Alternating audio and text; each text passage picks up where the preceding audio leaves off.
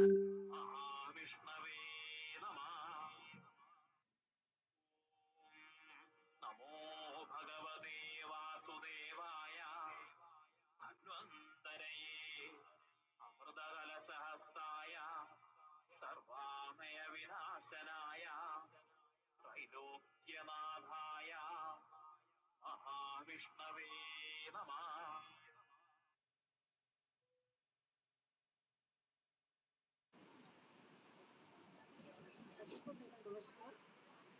विश्वाद्वैत परिषद की ओर से आयोजित इस अनवरत व्याख्यान माला में आप सभी का हार्दिक स्वागत है। और आज के शुभ अवसर पर मैं 9 साल के सभी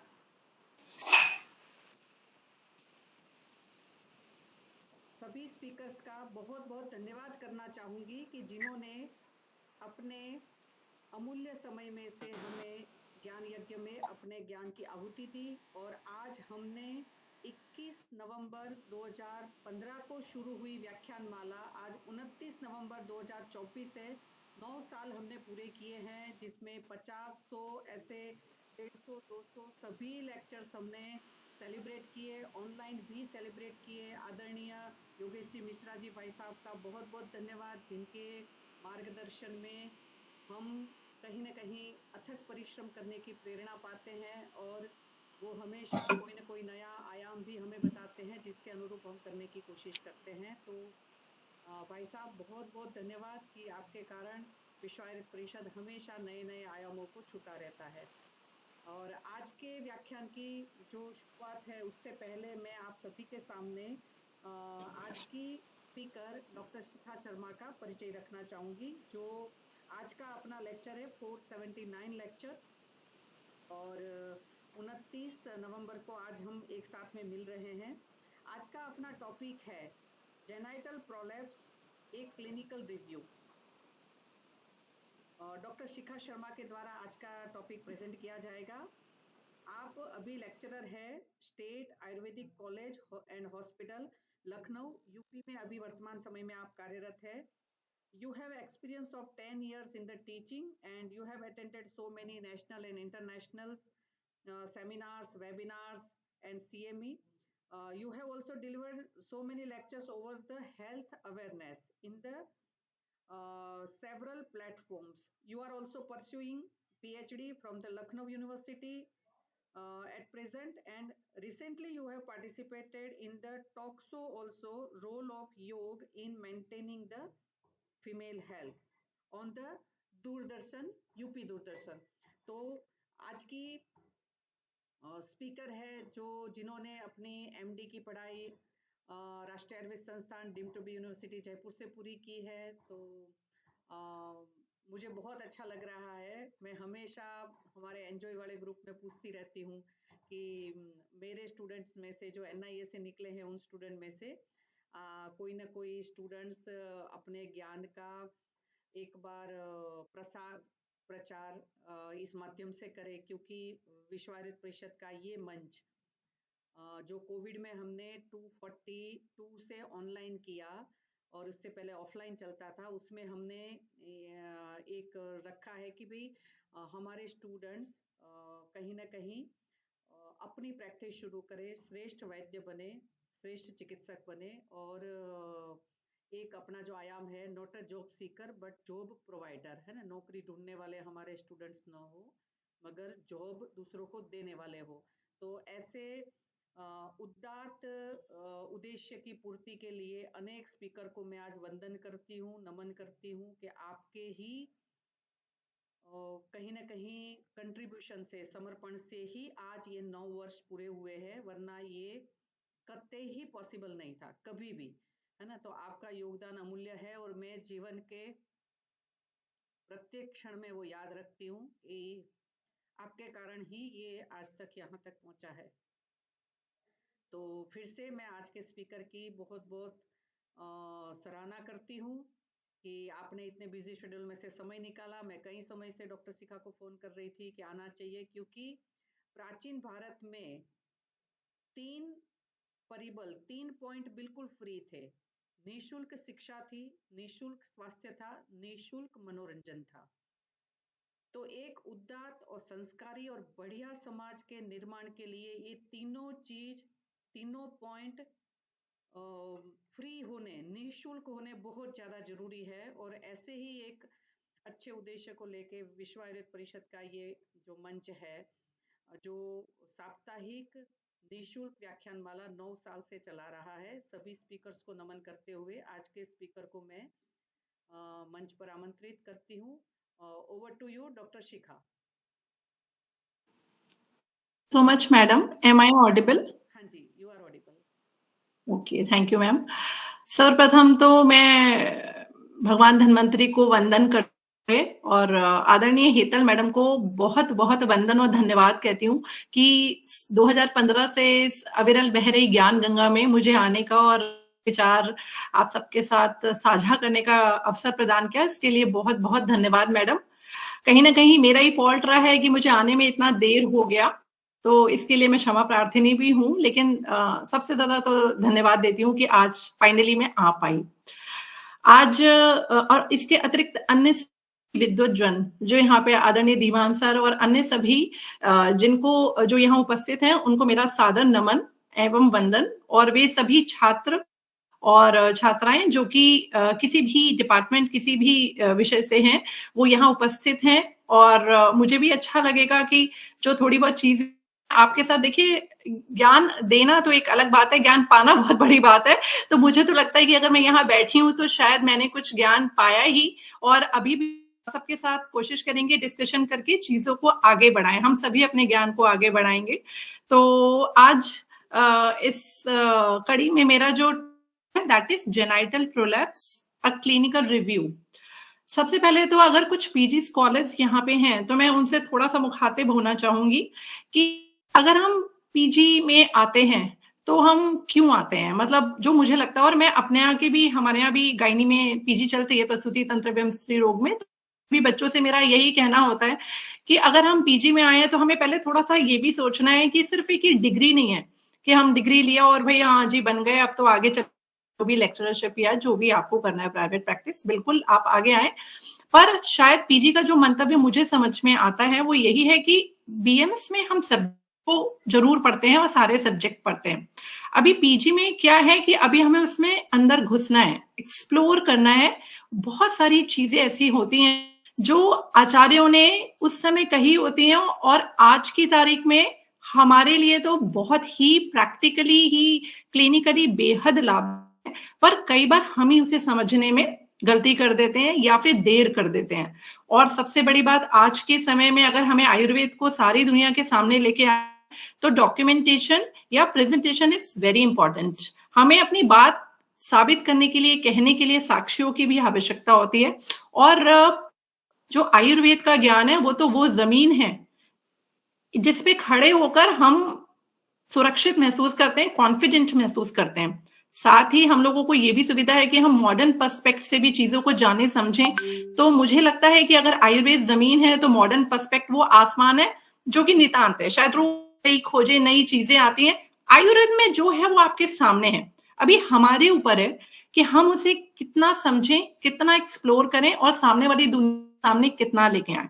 तो शायद पीजी करने का मंतव्य मेरी सोच में ये है कि बिल्कुल सब्जेक्ट में घुस जाइए और वो चीजें जो चल रही हैं तो उन्हें समझना अच्छा है, पर वो चीजें जो अभी थोड़ी गूढ़ हैं, जो रहस्य के रूप में है, उनको सामने लेके आना और आज के समय में उसको प्रेजेंट कर पाना, दुनिया को समझा पाना, शायद हमारी सबसे बड़ी जीत होगी। ऐसे बहुत सारे सब्जेक्ट अगर हम देखें प्रसूति तंत्र एवं स्त्री रोग में, बहुत सारी चीजें आज भी ऐसी हैं जिन पर विचारों को साझा करना और जिन्हें और समझना, जिन पे और एकेडमिक और क्लिनिकल काम करने की बहुत बहुत आवश्यकता है। साथ ही डॉक्यूमेंट उसे सामने प्रेजेंट करने की भी बहुत आवश्यकता है। तो एक छोटा सा टॉपिक है, कई बार हम जेनेटर प्रोलैप्स को ऐसा लगता है कई बार कि थोड़ा सा लेट गो भी होता है कि शायद वो हमारे पास जब तक आता है, कई बार वो इस रूप में आता है कि हमको लगता है कि अब तो कोई मैनेजमेंट नहीं है बहुत ज्यादा, ठीक है। और कई बार ऐसा हम शायद उसकी गंभीरता को भी नहीं समझ पाते। तो एक कंपैरेटिवली बहुत कम गंभीरता वाला जो समझ के थोड़ा सा ओवरलुक कर दिया जाता है। तो मुझे लगता है कि छोटी छोटी चीजें अगर हम इसके बारे में देखें समझें तो शायद इसमें हमें इंटरेस्ट भी आएगा और आगे ट्रीटमेंट इसका जो पॉसिबल वे में हम कर सकते हैं उसमें हमें भी आराम आएगा और अच्छा लगेगा। एक और चीज पहले ही मैं क्लियर कर देना चाहती हूँ कि कई बार क्या होता है कि आपके पास लोग आते हैं जो बिल्कुल जैसे मान लीजिए आगे हम पढ़ेंगे, फिलहाल मैं अभी शुरू में मान लीजिए कि कंप्लीट जेनिटल यूट्राइन प्रोलैप्स प्रोसिडेंशिया के पेशेंट अपने पास आए, पर फाइनली ये कि आप तो इसे आयुर्वेद से ठीक कर दो। तो ये एक इम्पॉर्टेंट बात है कि ये भी समझना आवश्यक है। मुझे अपने लेवल पे लगता है कि हमें ये समझना चाहिए कि आयुर्वेद में भी याप्य और असाध्य व्याधियों का वर्णन है। कई सारी जगह ऐसी कंडीशन आ जाती है जहां हम उसे सिम्टोमेटिक रिलीफ दे सकते हैं या कई बार हमारी तरफ से वो ट्रीटमेंट उस स्टेज में कर पाने के योग्य नहीं होती। तो हमको ये भी समझना है कि हमको किस स्थिति में पेशेंट को कैसे मैनेज करना और कैसे डील करना है और कैसे उसकी प्रोग्नोसिस क्लियर करनी है। तो अब अगर हम बात करें सब्जेक्ट की आज के जेनिटल प्रोलैप्स की, तो मैडम मेरे तरफ से तो शायद ये स्लाइड नहीं पॉसिबल हो पाएगी मूव करना। तो मैं आप है ना नेक्स्ट स्लाइड बोलेंगे, मैं करती हूँ। हाँ जी जी, अगर हम पहले शुरुआती फंडामेंटल वे में शुरू करें तो एक जेनिटल जो ऑर्गन्स होते हैं, एनाटॉमी हम सबको ही काफी हद तक क्लियर है। तो चूंकि टॉपिक अभी थोड़ा आगे लगने वाला है तो मैं बहुत ज्यादा इन विषयों पे डिस्कशन नहीं करूंगी। ये जस्ट कुछ पिक्टोरियल प्रेजेंटेशंस हैं जिनसे हम एक बार छोटे रूप में इस टॉपिक से गो थ्रू कर पाए। तो हम जाना है कि अगर हम देखें इंटरनल जेनिटल ऑर्गन्स, तो बेसिकली अगर हम देखें कि अगर वेजाइना के साथ में uterus including cervix, tubes, fallopian tubes and ovary, मोटा मोटा अगर देखें इंटरनल जेनिटल ऑर्गन्स जो है इसे कंक्लूड करता है। नेक्स्ट,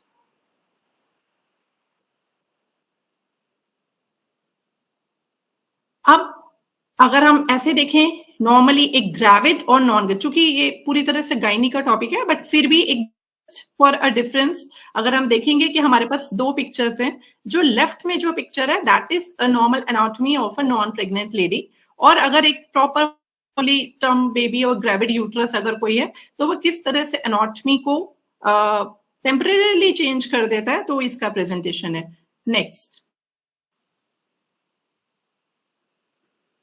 सबसे मुझे लगता है कि इंपॉर्टेंट बात तो ये कि हमें ये नेक्स्ट कर दीजिए मैडम, हमें ये समझना कि अगर प्रोलैप्स की बात आती है तो प्रोलैप्स का वजह क्या हो सकती है। यूट्रस एक ऐसा ऑर्गन है बॉडी में, एक पेल्विक ऑर्गन है जो कि अपनी जगह पे अगर है, विद्यमान है या स्थित है या स्टेगनेंट है, तो वो क्यों है, तो उसके कहीं कुछ ऐसे सपोर्ट्स होते हैं यूट्रस के जो कि उसे अपनी जो उसकी वास्तविक जो परिस्थिति है उसमें उसको मेंटेन रखता है। अगर हम जनरल एनाटॉमी की बात करें तो आगे ब्लैडर और पीछे रेक्टम, और अगर फ्लोर की बात करें कि जमीनी लेवल पे अगर फ्लोर की बात करें तो फ्लोर मींस जमीन, फर्श, वो सतह जो हमें सपोर्ट देती है। तो बेसिकली पेल्विक फ्लोर जो एक बेसिक हमको नीचे से एक सपोर्ट देता है यूट्रस को या पेल्विक ऑर्गन सबको ही अपने विसरा में अपने में स्थित रहने के लिए। तो अगर हम प्राइमरी लेवल पे देखें तो हमारे कुछ मस्कुलर एक्टिव सपोर्ट्स हैं, पेल्विक डायफ्राम है, पेरिनियल बॉडी है। इस तरह से हम देखेंगे एक बेसिक जमीनी लेवल पे हमको एक सपोर्ट मिलता है ऑफ यूट्रस, ये बेसिक सपोर्ट है। नेक्स्ट,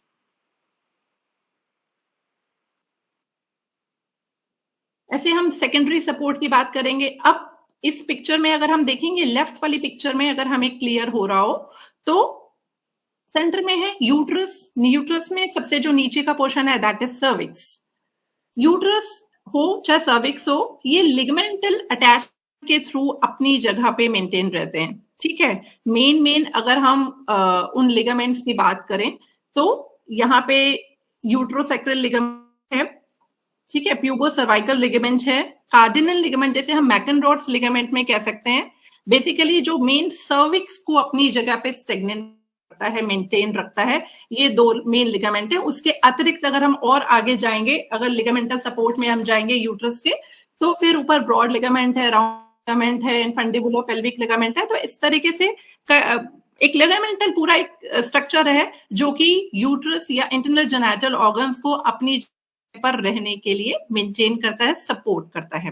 एक राइट साइड में अगर हम पिक्चर में थोड़ा सा देखें कि उसमें ऊपर वाली जो पिक्चर है उसमें दो पिक्चर तो जो उसमें पहली पिक्चर है उसमें आप देखेंगे कि यूट्रस जो वो अपनी जगह पे मेंटेन है और लिगामेंट उसे सपोर्ट किए हुए हैं। राइट साइड में हम देखेंगे कि वो वजह, ये फर्स्ट पिक्चर है जो एक नॉर्मल पिक्चर है, और जो हम राइट साइड में देखेंगे, जो उसके बिल्कुल राइट साइड में एक पिक्चर बनी हुई है, यहाँ हम देखेंगे कि बेसिक का जो लिगामेंट है जो कि ये कार्डिनल लिगामेंट है जो है ये, और अगर बैक साइड में जो यूट्रोसेक्रल लिगामेंट होता है जो यूट्रस को पीछे कनेक्ट करता है सेक्रम से, तो ये दो मेन जो लिगामेंट हैं जो कि डायरेक्टली सर्विक्स को अपनी जगह पे स्थिर किए हुए हैं, इनमें किसी तरह का विक्षोभ आता है, ये नॉर्मलिटी आती है, माल फंक्शनिंग आती है, ये तो इनमें डिफेक्ट आने की वजह से यूट्रस, देखिए मेन सपोर्ट जो है वो यूट्रस का ही, और तो यूट्रस नीचे डिसेंड करता है। तो और नीचे वाली पिक्चर में भी हमने ऊपर यूट्रस से लेके नीचे वेजाइना तक के बेसिक वो सपोर्ट्स लिखे हुए हैं जो कि उसे अपने पे स्थिर रहने में हेल्प करते हैं। नेक्स्ट, अगर हम आयुर्वेद पर्सपेक्ट में बात करें तो आचार्य बहुत ही सुंदर वर्णन दे रखा है। जितने भी हमारे चाहे गर्भाशय है चाहे योनि, हम सभी इससे भली भांति परिचित हैं। त्रिशंख नाभ्यास प्रति योनि त्रयावर्तता प्रकीर्ति, तो ये हम सभी जानते हैं। और यहाँ हमने एक पिक्चर भी छोटी सी देखी है कि जो एक अगर शंख है, शंख की नाभि को अगर उसका एक सेक्शन अगर हम लें तो देखेंगे कि ये काफी हद तक एक यूट्रस की शेप को रिप्रेजेंट करता है। Anatomy is not my topic, मैं सिर्फ कोशिश कर रही हूँ कि कुछ चीजें जो मैं आपके साथ, जो शायद जरूरी है, वो आपके साथ साझा कर पाऊं। तो नेक्स्ट,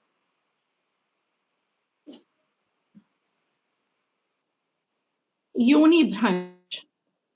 योनि भ्रंश, देखिए मेरे को लगता है कि मैं आयुर्वेद के बारे में अच्छा डिस्कशन आज करना चाहूंगी। तो इससे पहले एक बार मैं पहले मॉडर्न पर्सपेक्ट में कुछ चीजें आपको बता दूं। हो सकता है आगे स्लाइड हो चीजें ऐसी हों, लेकिन फिर भी मैं अपने लेवल पे अगर आपको ये बताना चाहूंगी कि पहले हम मॉडर्न पर्सपेक्ट देख लें, फिर प्रॉपर हम आयुर्वेद में उतर आएंगे। तो अगर मॉडर्न पर्सपेक्ट में मैं मैडम देख लेते हैं, अगर नेक्स्ट स्लाइड में अगर आगे है चीजें, क्योंकि आगे नेक्स्ट हम ऐसे देख लेते हैं। तो अगर इसके अंदर हम प्रोलैप्स की बात करें, दो तरह का प्रोलैप्स जो है वो बेसिकली हम देखेंगे। अभी हम आगे शायद हो स्लाइड में हम डिस्कस कर लेते हैं। एक तो मेन जो प्रोलैप्स होता है, अगर पैनल वॉल एंटीरियर, मैडम अगर आपको इससे रिलेटेड स्लाइड मिल जाए तो अच्छी बात है, नहीं तो इसके नीचे है शायद 12th स्लाइड है, ये भी ठीक है, ये भी ठीक है। प्रोलैप्स जो हमने अभी देखा, यूट्रस अपनी जगह पे स्थित है, ठीक है। शेल स्पाइन की जो पोजीशन होती है बेसिकली वो वहां पे स्थित है। अगर सर्विक्स, तो दैट एवरीथिंग इज ओके।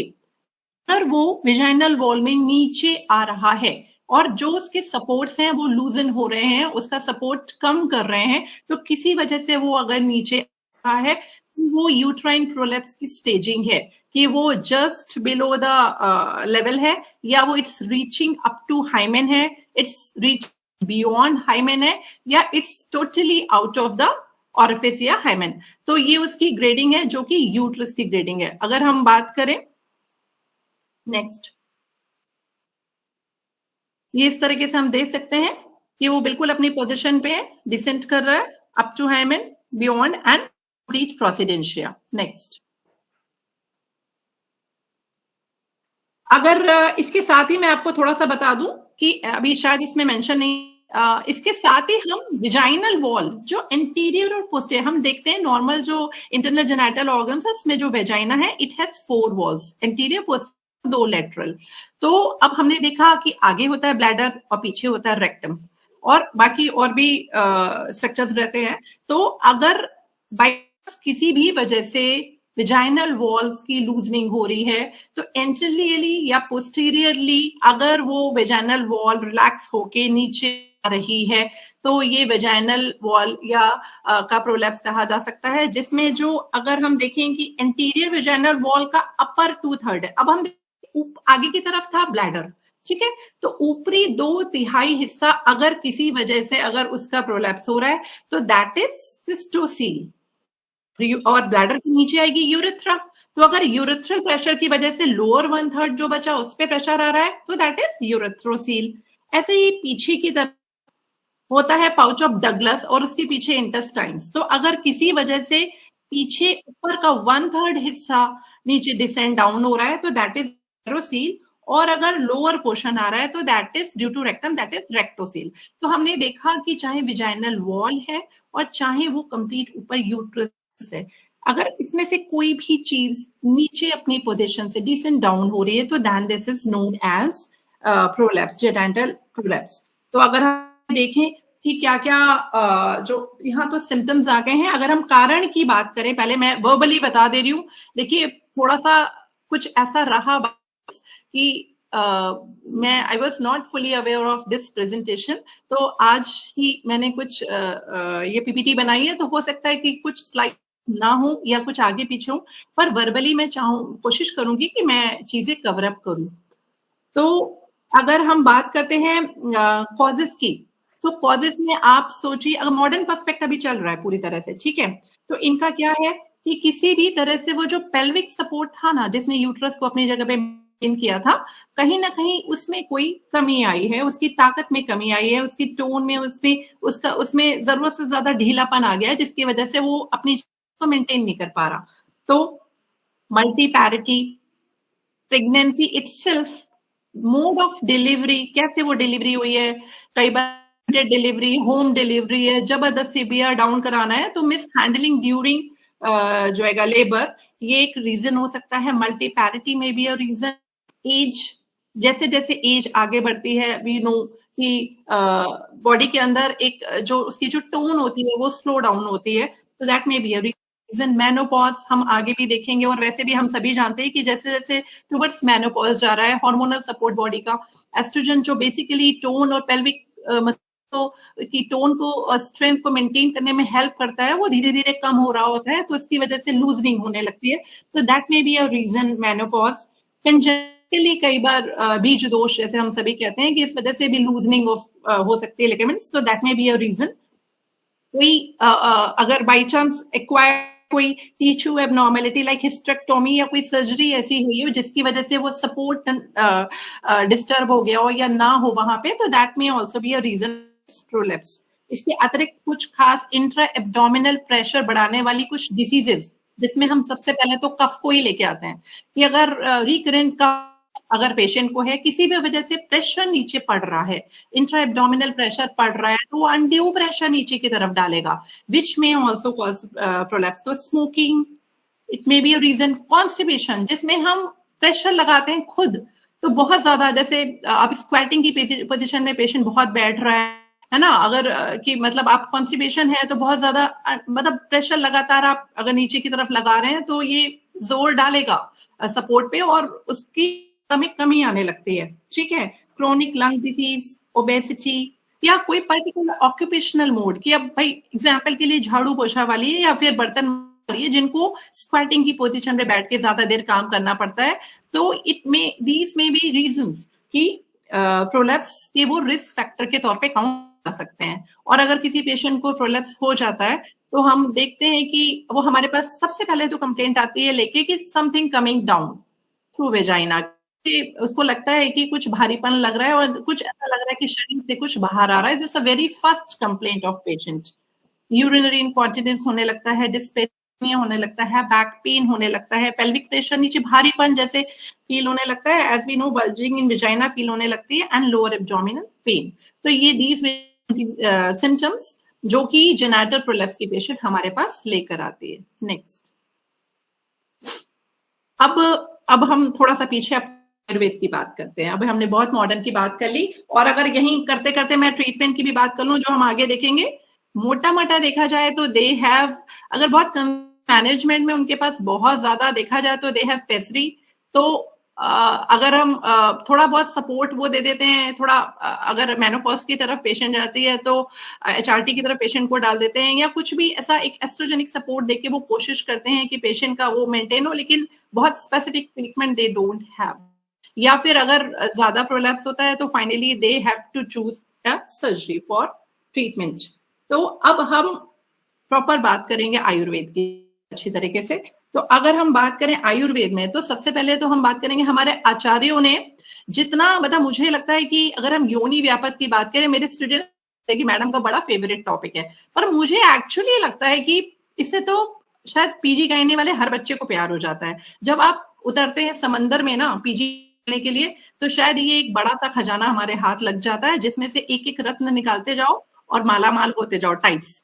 क्योंकि इतनी सारी चीजें इसमें एक शॉर्ट फॉर्म में दे रखी है ना, बहुत सारी व्याधियां, जो कि आप जब उन्हें अच्छे से देखते हैं और समझते हैं, और सबसे अच्छी बात क्या हो जाती है कि हमारे कई बार आचार्य एक व्याधि में एक आचार्य कुछ और एक व्याधि में कुछ और, तो मैं इसको मतभेद नहीं कह के ऐसे कहूंगी कि एक वाइड एस्पेक्ट कहूंगी।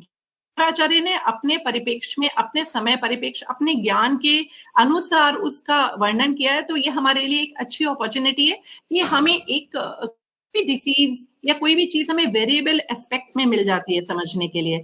तो योनि व्यापद में तो आचार्यों ने बहुत अच्छी तरीके से इसका बढ़िया वर्णन किया हुआ है। कई सारे योनि व्यापद हैं जिनमें हम देख सकते हैं कि इस तरह की कंडीशन जो जेनिटल प्रोलैप्स से रिलेटेड है हमें मिलती है। तो सबसे पहले बात करें वात्सला योनि व्यापद, ठीक है, टोटल 20 योनि व्यापद दिए हुए हैं। इससे भी पहले हम बात कर लेते हैं पहले थोड़ा सा निदान की। तो आचार्य चरक ने बड़ा बढ़िया एक शॉर्ट फॉर्म में 4 शब्दों में हमें निदान बताया है सभी योनि व्यापद का, और उन सब उस formula, that is like a formula, जैसे हम मैथ्स या फिजिक्स में फॉर्मूला से कोई भी टफ से टफ क्वेश्चन को सॉल्व कर लेते हैं, ऐसे ही हमें योनि व्यापद का जो निदान बताया ना, that is like a formula, जिससे हम कोई सा भी योनि व्यापद अगर समझना चाहें तो बिल्कुल उसका निदान आराम से समझ सकते हैं। जैसे हम यहाँ रख के देखते हैं कि श्लोक आप होंगे, मिथ्याचारेण तु स्त्रीणाम। मिथ्याचार का मतलब मिथ्या आहार और मिथ्या विहार, यानी कि कहीं ना कहीं वो ऐसा भोजन का सेवन, अगर हम आहार की बात करें, भोजन का सेवन कर रही है जो कि उसके लिए प्रोलैप्स का कारण बन रहा है। कैसे? बहुत सारी वजह हो सकती है। सबसे पहला तो आपके भोजन में ऐसी चीजें होनी चाहिए जो आपकी बॉडी को स्ट्रेंथ दे, न्यूट्रिशन दे, पर शायद विडंबना आज की तारीख में हम शायद न्यूट्रिशन से ही पीछे भागते हैं, और वे सारी चीजें जो हमें व्याधि से युक्त करती हैं और बीमार करती हैं और पीछे लेके जा रही हैं हमें, तो वही चीजें हम आजकल पसंद कर रहे हैं। तो एक तो पहला आहार तो क्लियर कट यहाँ आ गया। ऐसे बहुत सारे दोषिक आहार विहार, जो जैसे बेसिकली जितने भी योनि है वो वात प्रधान, बेसिकली तो वात चूंकि नाभि के नीचे की है, ऐसे भी हम देखें तो वात बहुत गुस्से में रहता है। अगर हम देखें कि स्त्रियों से संबंधित व्याधियों में तो वात को हमें शांत रखना, समझाना और प्यार से मेंटेन करना चाहिए। तो जितने भी अगर हैं तो वातिक आहार या अन्य भी प्रदूषित, आपने किसी भी तरह से अपने दोषों को दूषित कर दिया, वो अच्छे से रहेंगे तो आपको बहुत मेंटेन रखेंगे, लेकिन अगर आपने थोड़ा भी लोचा करा या कुछ ऐसा आहार विहार अपनाया जिससे कि दोष प्रकोपित हुए, तो फिर तो वो पूरी तरह से बैंड बजा देते हैं बॉडी का। तो ये तो हम सभी जान रहे हैं। तो दोष, ऐसा भोजन जो कि हमारे दोषों को प्रकोपित करे, कॉन्स्टिपेशन ही हो गया, मान लीजिए कुछ और नहीं लेंगे हम, सीधे कॉन्स्टिपेशन, तो अगेन हमने देखा कि constipation is a big reason. तो ऐसा आहार विहार जो हमारी मसल्स को अच्छा न्यूट्रिशन नहीं दे रहा, हमारे लिगामेंट्स को अच्छा न्यूट्रिशन नहीं दे रहा, तो वो उनका सपोर्ट प्रॉपर मेंटेन नहीं हो पा रहा है, हमारा बॉवल अच्छा से क्लियर नहीं हो पा रहा, तो कॉन्स्टिपेटेड बॉवल हो जा रहा है। छोटा छोटा तो देखेंगे तो यही मिल जाएगा। विहार में अगर हम देखेंगे तो विहार में तो आचार्यों ने अलग अलग तरीके से अलग अलग योनि व्यापद ने कि विषम आसन पे सोना, विषम आसन में मैथुन, या फिर इस तरीके से कितना ऑप्स में हम देखेंगे मूढ़ गर्भ में गर्भपात, गर्भस्राव। विहार का तो बहुत बड़ा रोल है कि अगर आपने गलत तरीके से अपना जीवन का यापन करा, अगर हम आज की तारीख में लाइफस्टाइल डिसऑर्डर्स की बात कर लेना, तो जितना लाइफस्टाइल का मिसमैनेजमेंट है that is due to poor विहार, अपत्य विहार। मुझे जो लगता है बैठे बैठे हैं, सब कुछ रिमोट से होना है, बिल्कुल पैदल नहीं चलना है, बगल में भी जाना है तो गाड़ी से ही जाना है। मतलब आप जितनी भी चीजें कर रहे हैं ना अपने कंफर्ट के लिए, वो सारी चीजें कहीं ना कहीं आप अपने आप को बीमारियों को बुलावा देने का और अपनी बॉडी की टोन आप खुद लूज कर रहे हैं। Obesity it's a big reason, हमारे जितने भी अपत्य विहार है उन सबका ये सारा रीजन तो हमको दिख ही रहा है। तो ये सारी कहीं ना कहीं अपत्य आहार या अपत्य विहार हमारी बॉडी को पीछे लेके जा रहे हैं, हमारी बॉडी को more prone for all the diseases. हम खाली प्रोलैप्स की बात नहीं करेंगे, सबके लिए वेलकम है। आओ आओ, डायबिटीज तुम भी आओ, हाइपरटेंशन तुम भी आओ, सब तुम आ जाओ, क्योंकि हम तैयार बैठे हैं आपको वेलकम करने के लिए। तो आज भी हमें, और इतना जो ये अंतर्राष्ट्रीय योग दिवस या अलग अलग तरीके से आयुर्वेद को जब, या प्रकृति का आजकल एनालिसिस चल रहा है, हम सभी देख रहे होंगे, अगर ये आ रहा है ना तो ये इसलिए आ रहा है कि हम अभी भी चेत जाएं, हम अभी भी जाग जाएं कि एक्चुअली हमें अपना जीवन कैसे जीना है। आयुर्वेद तो is like a base line of our life. ये सिद्धांत अगर हमने पहले हम तो जिए, पहले हम आयुर्वेद वाले तो जीना शुरू करें, सामने वाला तो फिर हमें बाद में फॉलो करेगा। तो एक तो रिक्वेस्ट है कि जितने भी लोग हैं, उम्मीद करती हूँ कि शायद इसकी ग्रेविटी को समझेंगे कि मजाक नहीं है, ये सिर्फ डायलॉग नहीं है, हमारा लाइफस्टाइल हमें बहुत पीछे लेके जा रहा है। तो लाइफस्टाइल को इम्प्रूव करना इज वेरी इंपॉर्टेंट। ठीक है, तो मिथ्याचारेण तुष्टेनाम प्रदुष्टेन आर्तवेन च। तो प्रदुष्ट आर्तव, अगर हम प्रदुष्ट आर्तव को सिंपल मेंस्ट्रुअल साइकिल से भी ले लें तो मेंस्ट्रुअल डिस्टर्बेंसेस यानी कि HPO एक्सेस का डिस्टर्बेंस विच बेसिकली जो है कि comes in the form of hormonal disturbance, hormone का डिस्टर्बेंस हो गया बॉडी के अंदर। तो हमने अभी देखा कि पहली बात तो साइकिल डिस्टर्ब है तो सब कुछ डिस्टर्ब है, और अगेन ओबेसिटी एंड ऑल, ये दे ऑल आर इंटरकनेक्ट, सब एक थाली के चट्टे बट्टे हैं। तो एक चीज गड़बड़ तो दूसरी चीज गड़बड़, फिर वो तो आपस में एक दूसरे के साथ चलते रहते हैं, वो एक अलग चीज है। अगर देखें ऐसे भी देखेंगे तो अगर डिस्टर्बेंस है तो एस्ट्रोजेनिक इनसफिशिएंसी होने की वजह से मसल्स जो है they lose their tone, ligaments lose their tone, और it may be a cause of that prolapse. ठीक है, तो बीज दोषाच, जायंते बीज दोषाच, जो हमने पीछे देखा एक जगह अभी मॉडर्न में कि कंजेनाइटल फैक्टर्स भी हो सकते हैं कि अगर लिगामेंट स्ट्रेथनिंग कम हो, और they may also cause a prolapse. And then देवाच वी ऑल नो कि ये तो है कि कई बार तो देखिए इसमें लोग इसको बहुत वैसे भी ले लेते हैं कि भाई कुछ समझ में नहीं आया तो भाई इडियोपैथिक तो मॉडर्न में भी होता है, बहुत सारी चीजें ऐसी होती हैं जहां पे उनको भी समझ में नहीं आता, तो वो भी इसको ऐसे टर्म दे देते हैं कि भाई नहीं अभी येट टू एक्सप्लोर। कोविड में हमने देखा कि आज ये मेडिसिन काम कर रही है, नो कल दूसरी कर रही है, नो परसों दूसरी कर रही है, तो दे डोंट हैव एन एक्सप्लेनेशन। वो क्यों नहीं कर रही थी और वो क्यों कर रही है, बस वो नया लेके आ रहे हैं। तो वैसे कई बार क्या हो जाता है, कुछ चीजें होती हैं जो एक्चुअली देवाच होती हैं, पूर्व जन्मकृत और डेवलप होता है, चीजें ऐसी होती हैं अगर हम उनको देखें और समझें। मैं बिल्कुल अंधविश्वास या भूत प्रेत की बात नहीं कर रही, मैं अपने कर्मों की बात कर रही हूँ, प्रारब्ध की बात कर रही हूँ। तो दैव अकर्स, दैव हैपेंस, तो ये चीजें होती हैं जो कि व्याधि को उत्पन्न कर सकते हैं। ठीक है, तो अभी हमने देखा कि ये जो 4 शब्दों का एक सूत्र है जो कि योनि व्यापक के निदान में कहा गया, ये एक बड़ा रीजन है हर तरह के योनि व्यापक को डेवलप करने का। अगर हम आचार्य बात करें तो आचार्यों ने कई अलग अलग जो है योनि व्यापदों में भ्रंश या फिर इस तरह के प्रोलैप्स का वर्णन किया है। सबसे पहले तो हम देखेंगे जैसे कि वातला योनि व्यापद है, तो अभी ये आचार्य अगर वाग्भट की बात करें तो आचार्य वाग्भट ने भ्रंश का यहाँ पे उल्लेख किया कि फेनिल अरुण कृष्ण अल्पतनु रूक्ष आर्तवम श्रुतिम भ्रंशम वंक्षण पार्श्वाद्यो व्यथाम गुलमम क्रमेण चा। तो उनका ये कहना था कि जो अगर आप वातज आहार विहार लेंगे, वे सारे जो कि वात को प्रकोपित कर सकते हैं, तो वे दे में कॉज शिथिलता इन देयर पेरिनियम और द सपोर्ट, यूट्राइन सपोर्ट जो उसको सपोर्ट कर रहा है उसमें एक शिथिलता आ सकती है। It may be a reason, it may be an explanation to say that कि फाइनली इस वजह से भ्रंश या फिर इस तरह का प्रोलैप्स या वो भ्रंश may be a tear 2, it may be displacement 2 कि वो अपनी जगह से हट गया, it may represent a tear 2। तो एक अलग अलग फॉर्म में हम इसको सोच सकते हैं, समझ सकते हैं। अगर हम बात करें महायोनि, महायोनि एक ऐसा योनि व्यापद है जो लगभग तीनों आचार्यों ने अपने अपने हिसाब से वर्णन किया, आचार्य चरक, आचार्य वाग्भट और आचार्य सुश्रुत। आचार्य चरक ने बताया कि विषम एवं दुखकारी शैया पे मैथुन करने से अगेन वात जो है प्रकोपित होता है, जिसने लक्षण दिया असंवृत मुखी मांसोत सन्ना। आचार्य चरक का है तो असंवृत मुखी, शायद यहाँ मेंशन नहीं है, ये मैं बता रही हूँ। तो असंवृत मुखी, समृत मुखी छोटा कॉन्स्ट्रिक्टेड, असंवृत मुखी बड़ा, है ना, फैला हुआ, खुला हुआ।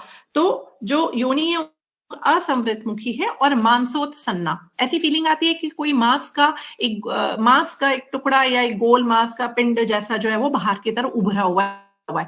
तो आप इमेजिन कीजिए कि जब आप इस तरह के पेशेंट्स देखते हैं तो आपको भी ऐसा फीलिंग होता है कि जब आप ऐसा, मान लीजिए अभी हमने देखा कि 3rd डिग्री प्रोलैप्स का कोई पेशेंट है जिस कमिंग आउट ऑफ द, तो हमें ऐसी फीलिंग आती है जब एक पेशेंट को एग्जामिन करते हैं कि हाँ कुछ ऐसा गोल मांस का टुकड़ा टाइप का बाहर की तरफ निकला हुआ है।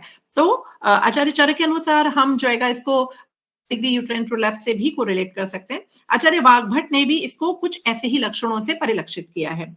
आचार्य सुश्रुत की बात करें तो उन्होंने इसको सन्निपात जो योनि व्यापद में माना है, और उसमें उन्होंने फिर बताया कि दोष जो है वो विगुण होकर जो है अति विवृत योनि। अति विवृत योनि का मतलब हो जाता है कि काफी चौड़ा मुख अगर देखें तो इसको डायरेक्ट एज सच प्रोलैप्स से तो हम नहीं कोरिलेट कर सकते, but it may B anterior और पोस्टीरियर विजाइनल प्रोलैप्स। अगर हम सोचे समझे, देखिए मॉडर्न एक ऐसा टूल है जिसके सहारे में आप इजीली चीजें समझ जा सकते, तो इसमें कोई बुराई नहीं है। लेकिन जो मुझे पर्टिकुलर लगता है कि आपको समझने में आप हेल्प ले लीजिए। इन्वेस्टिगेशंस भी आजकल, वैसे तो परीक्षा, नाड़ी परीक्षा, दशविध परीक्षा बहुत कम हो गई है, लेकिन फिर भी पहला टूल हमारा अपनी परीक्षा होनी चाहिए। सपोर्ट में आप जरूर, चाहे आपको यूएसजी करानी है या बाकी कोई और इन्वेस्टिगेशन करानी, करा लें, आपको जानकारी होने में कोई बुराई नहीं है। लेकिन ट्रीटमेंट पर्सपेक्टिव मुझे बिल्कुल लगता है कि आयुर्वेद में बहुत दम है, और गायनेकोलॉजिकल डिसऑर्डर्स में तो मतलब इट्स लाइक ऑसम। तो बिल्कुल आप देखेंगे, अभी आगे हम कोशिश करेंगे, केस भी है मेरे पास, पता नहीं मैं शायद ज्यादा टाइम ले रही हूँ मैडम, क्या? हेलो? नहीं, बिल्कुल बहुत अच्छी तरीके से समझा रहे हो, और टॉपिक जितना अच्छी तरह से क्लियर होगा उतना ही फिर ट्रीटमेंट को बताने में और लोगों को समझने में बहुत अच्छा रहेगा। ओके है, थैंक यू। ठीक है, थैंक यू मैडम। तो ठीक है, तो हम जो है अगर हम बात करें तभी यहाँ पे आचार्य सुश्रुत के अनुसार हम इसको विजाइनल प्रोलैप्स से थोड़ा सा कोरिलेट कर सकते हैं। अगर हम बात करें फिर फलनी योनि व्यापक की, तो आचार्य सुश्रुत ने अगेन इसको उसमें ही रखा है। इसका जो उन्होंने बताया है कारण और लक्षण, अतिकाय ग्रहिस्थाया तरुण्या फलनी भवेत, यानी वृहदलिंग पुरुष से जो ग्रहित स्त्री होती है उसको फलिनी या फिर आचार्य भाव प्रकाश ने इसको भावमेश ने इसको अंडिनी भी बोला है, तो फलिनी की फॉर्म में इन्होंने बताया। लेकिन अगेन इसको हम कोरिलेट कर सकते थे, पर यहाँ पे जो उन्होंने रीजन दे दिया अतिकाय ग्रहिस्था, तो अगर हम प्रैक्टिकली देखें, या मैं जितना सोच पाती हूँ, थोड़ा सा इस रीजन की वजह से प्रोलैप्स, यूट्रस का प्रोलैप्स थोड़ा है, मतलब हम सोचे कि इस तरह की वजह से। तो लेकिन अगेन कि इंटीरियर पोस्टीरियर विजाइनल वॉल पे जरूर ये संभावना हो सकती है कि उनमें किसी तरह का शिथिलता आने की वजह से, दोष विकृति या उसकी वजह से विजाइनल वॉल प्रोलैप्स जरूर मिल सकता है इसके अंदर। तो फलिनी में ये लक्षण बताया। अगेन एक उन्होंने और आचार्य सुश्रुत ने ही पित्तज में प्रशंसनीय योनि व्यापक बताया, तो वहां उन्होंने संदते, जैसे पाठ बेस से स्रंसते भी कह सकते हैं, तु क्षोभिता दु प्रसूषश्चया, तो यानी कि अगेन पित्तज आहार विहार के प्रकोप की वजह से योनि में क्षोभन या स्रंसन या वो अपनी जगह से डिस्प्लेस हो सकती है। अगेन ये जो है हमें बेसिकली दोनों ही तरह का, लेकिन फिर भी कंपैरेटिव विजाइनल प्रोलैप्स में ज्यादा मिल सकता है। तो इस तरह से हम देखते हैं कि अलग अलग तरीकों से आचार्यों ने विभिन्न योनि व्यापक के माध्यम से अलग अलग स्टेज के स्टेप्स को बताने का पूरा प्रयास किया है, और अब हमारे ऊपर है कि हम और बाकी चीजों को पढ़ के और कितना निकाल पाए या कितना समझ पाए। नेक्स्ट ही ले दीजिए मैडम, ये तो हो चुका है मॉडर्न वाला। तो अब हम बात करेंगे थोड़ा सा ट्रीटमेंट की।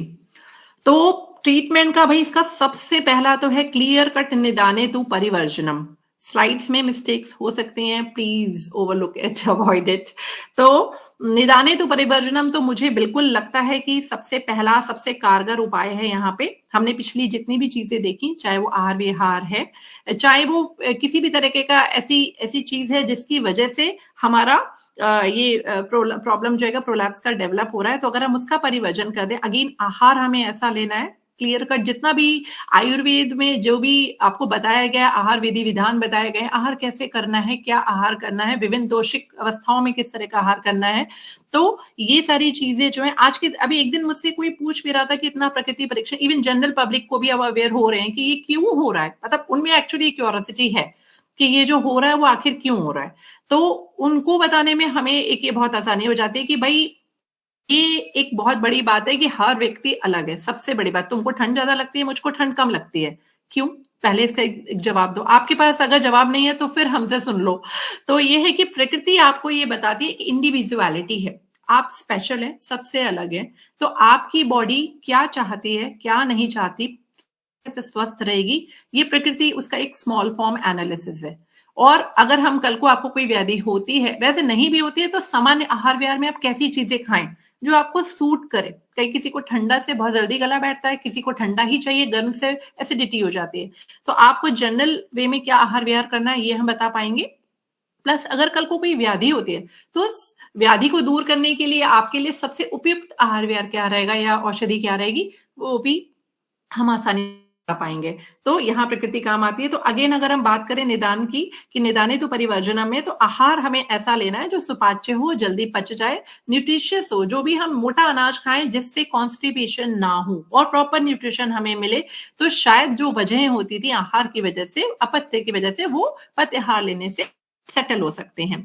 अगेन विहार में बहुत ही इंपॉर्टेंट है वो चीजें, जैसे कि स्क्वेटिंग ना करें। आपको अगर आपके पास पेशेंट आ रहा है तो सबसे इंपॉर्टेंट आप उसको पहले बताएं कि देखिए, वैसे तो मैं बिल्कुल पेशेंट को रिकमेंड करती हूँ कि हमें हमेशा इंडियन टॉयलेट ही यूज करना चाहिए, बिल्कुल हमेशा, क्योंकि आपकी जो शारीरिक बनावट है वो इसी हिसाब से है कि वो मल के निष्कासन के लिए और आपकी बॉडी का एक बेसिक मेंटेनेंस के लिए, दैट इज वेरी इंपॉर्टेंट। लेकिन अगर कोई प्रोलैप्स का पेशेंट है, बहुत कॉन्स्टिपेटेड बॉवल है उसका, तो उस कंडीशन में मैं पर्सनली थोड़ा सा कहती हूँ अवॉइड करने के लिए, जब तक उसको आराम नहीं आ जाता है, चीजें बेटर नहीं हो जाती। क्योंकि एक कॉन्स्टिपेटेड बॉवल में उस स्टेज में ज्यादा देर तक बैठने से वो नीचे प्रेशर लगेगा ज्यादा, एंड ये एक और परेशानी को बढ़ा सकता है।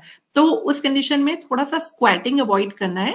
इस तरह से बैठ के, अगर कई बार देखा है हमने कि पोस्ट डिलीवरी विहार में, तो यहाँ ये बहुत ही ज्यादा आता है कि पोस्ट डिलीवरी अगर हम देखते हैं तो कई सारी जगह तो भाई पूरा जितना स्तुति का काल हमें बताया गया है कि अर्धमास या पुनरार्तव दर्शन, इसको करीब करीब हम 1.5 मास या फिर हफ्ते का समय मान सकते हैं, जो मॉडर्न भी कहता है।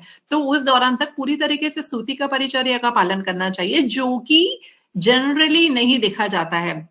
10 हुआ, 10 दिन हुआ, 15 दिन हुआ, ठीक है भैया अब लग जाओ काम पे। तो ये एक बहुत ध्यान रखने की बात है। अब इस कंडीशन में ऐसा भी नहीं होना चाहिए कि बिल्कुल आप ये भी नहीं कर रहे हैं कि भाई एकदम बैठ गए और बिल्कुल, तो स्तुति को स्थान भी उन्होंने 10 दिन बाद बता दिया है, बाहर निकालने का बता दिया है।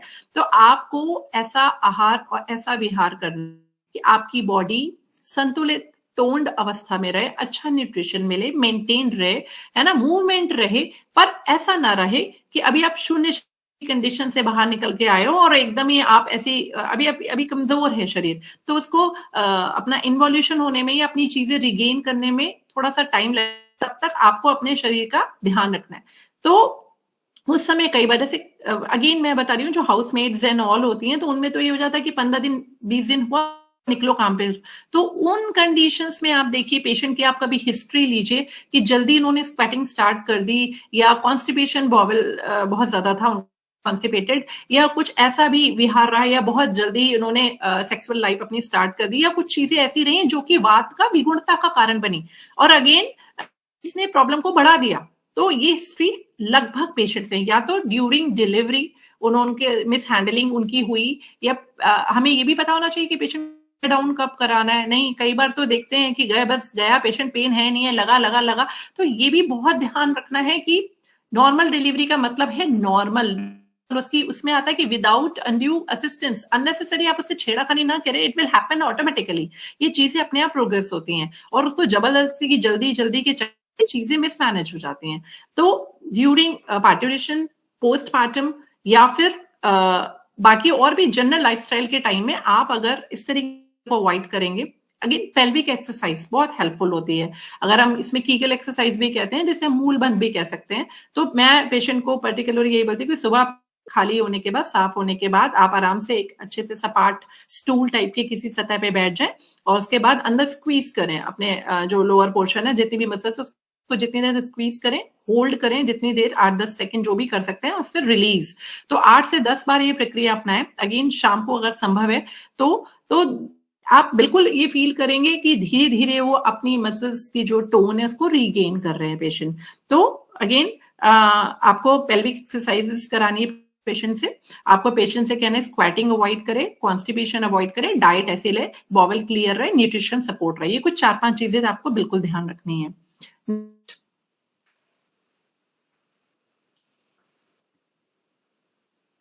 अगर हम चिकित्सा की बात करें तो अभी यहाँ चिकित्सा तो बस मैं केवल हेडिंग ही डाल पाया, I will try to elaborate it.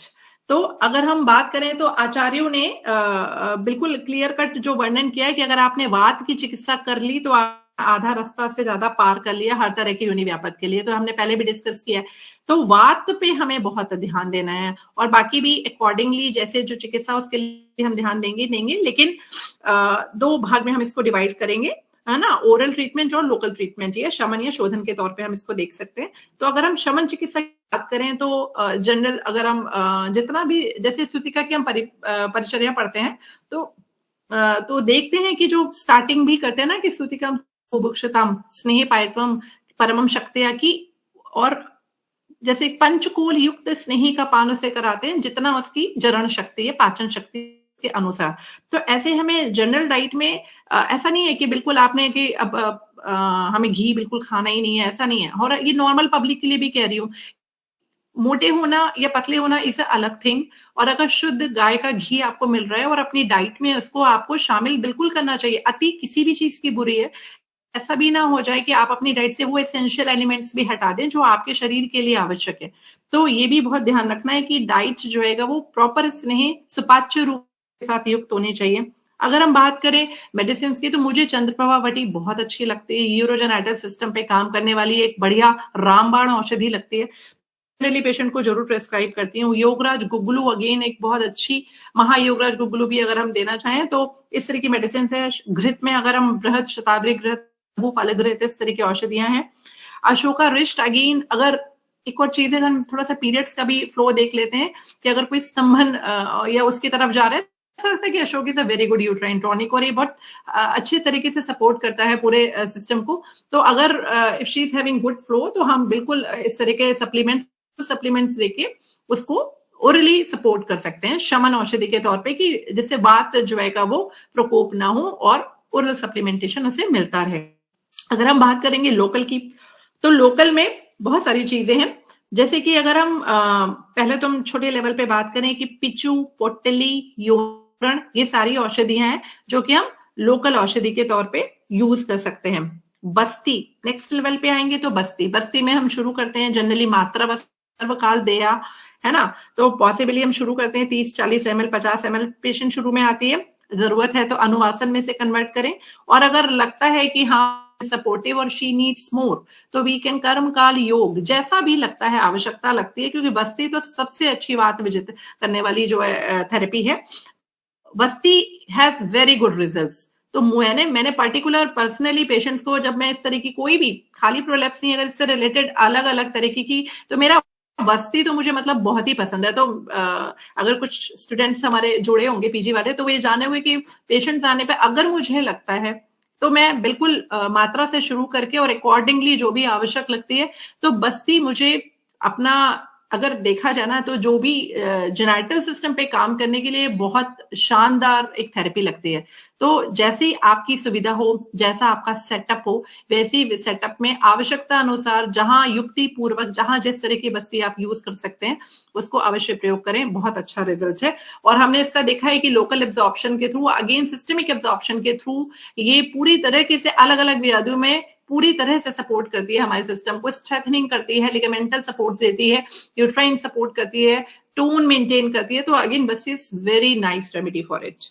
उत्तर बस्ती, आचार्य चरक ने सिद्धि स्थान में उन्होंने बताया भी है कि 2-3 आस्थापन बस्ती के बाद आप बिल्कुल उत्तर बस्ती दें, जहां बस्ती जेशु विकारेशु योनु विभ्रंश जेशु च, एकदम स्पेसिफाई करा है, वो शायद इसमें मेंशन नहीं होगा मैडम, तो ये मैं इसीलिए ट्रीटमेंट नहीं हो पाया, इतना टाइम नहीं मिल रहा, तो मैं बिल्कुल वर्बली बोल रही हूँ और कोशिश करूंगी कि अगर चाहिए होगा तो मैं एड ऑन करके दे दूंगी।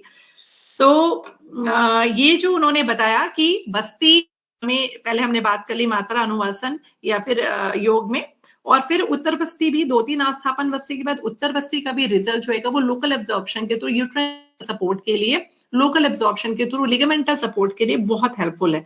तो बिल्कुल आप, अगर आपको लगता है कि patient is married and generally है क्योंकि कंजेनाइटल वाले पेशेंट हमें कम ही मिलते हैं एंड शी इज सपोर्टिव, तो we can certainly go for these basti treatment.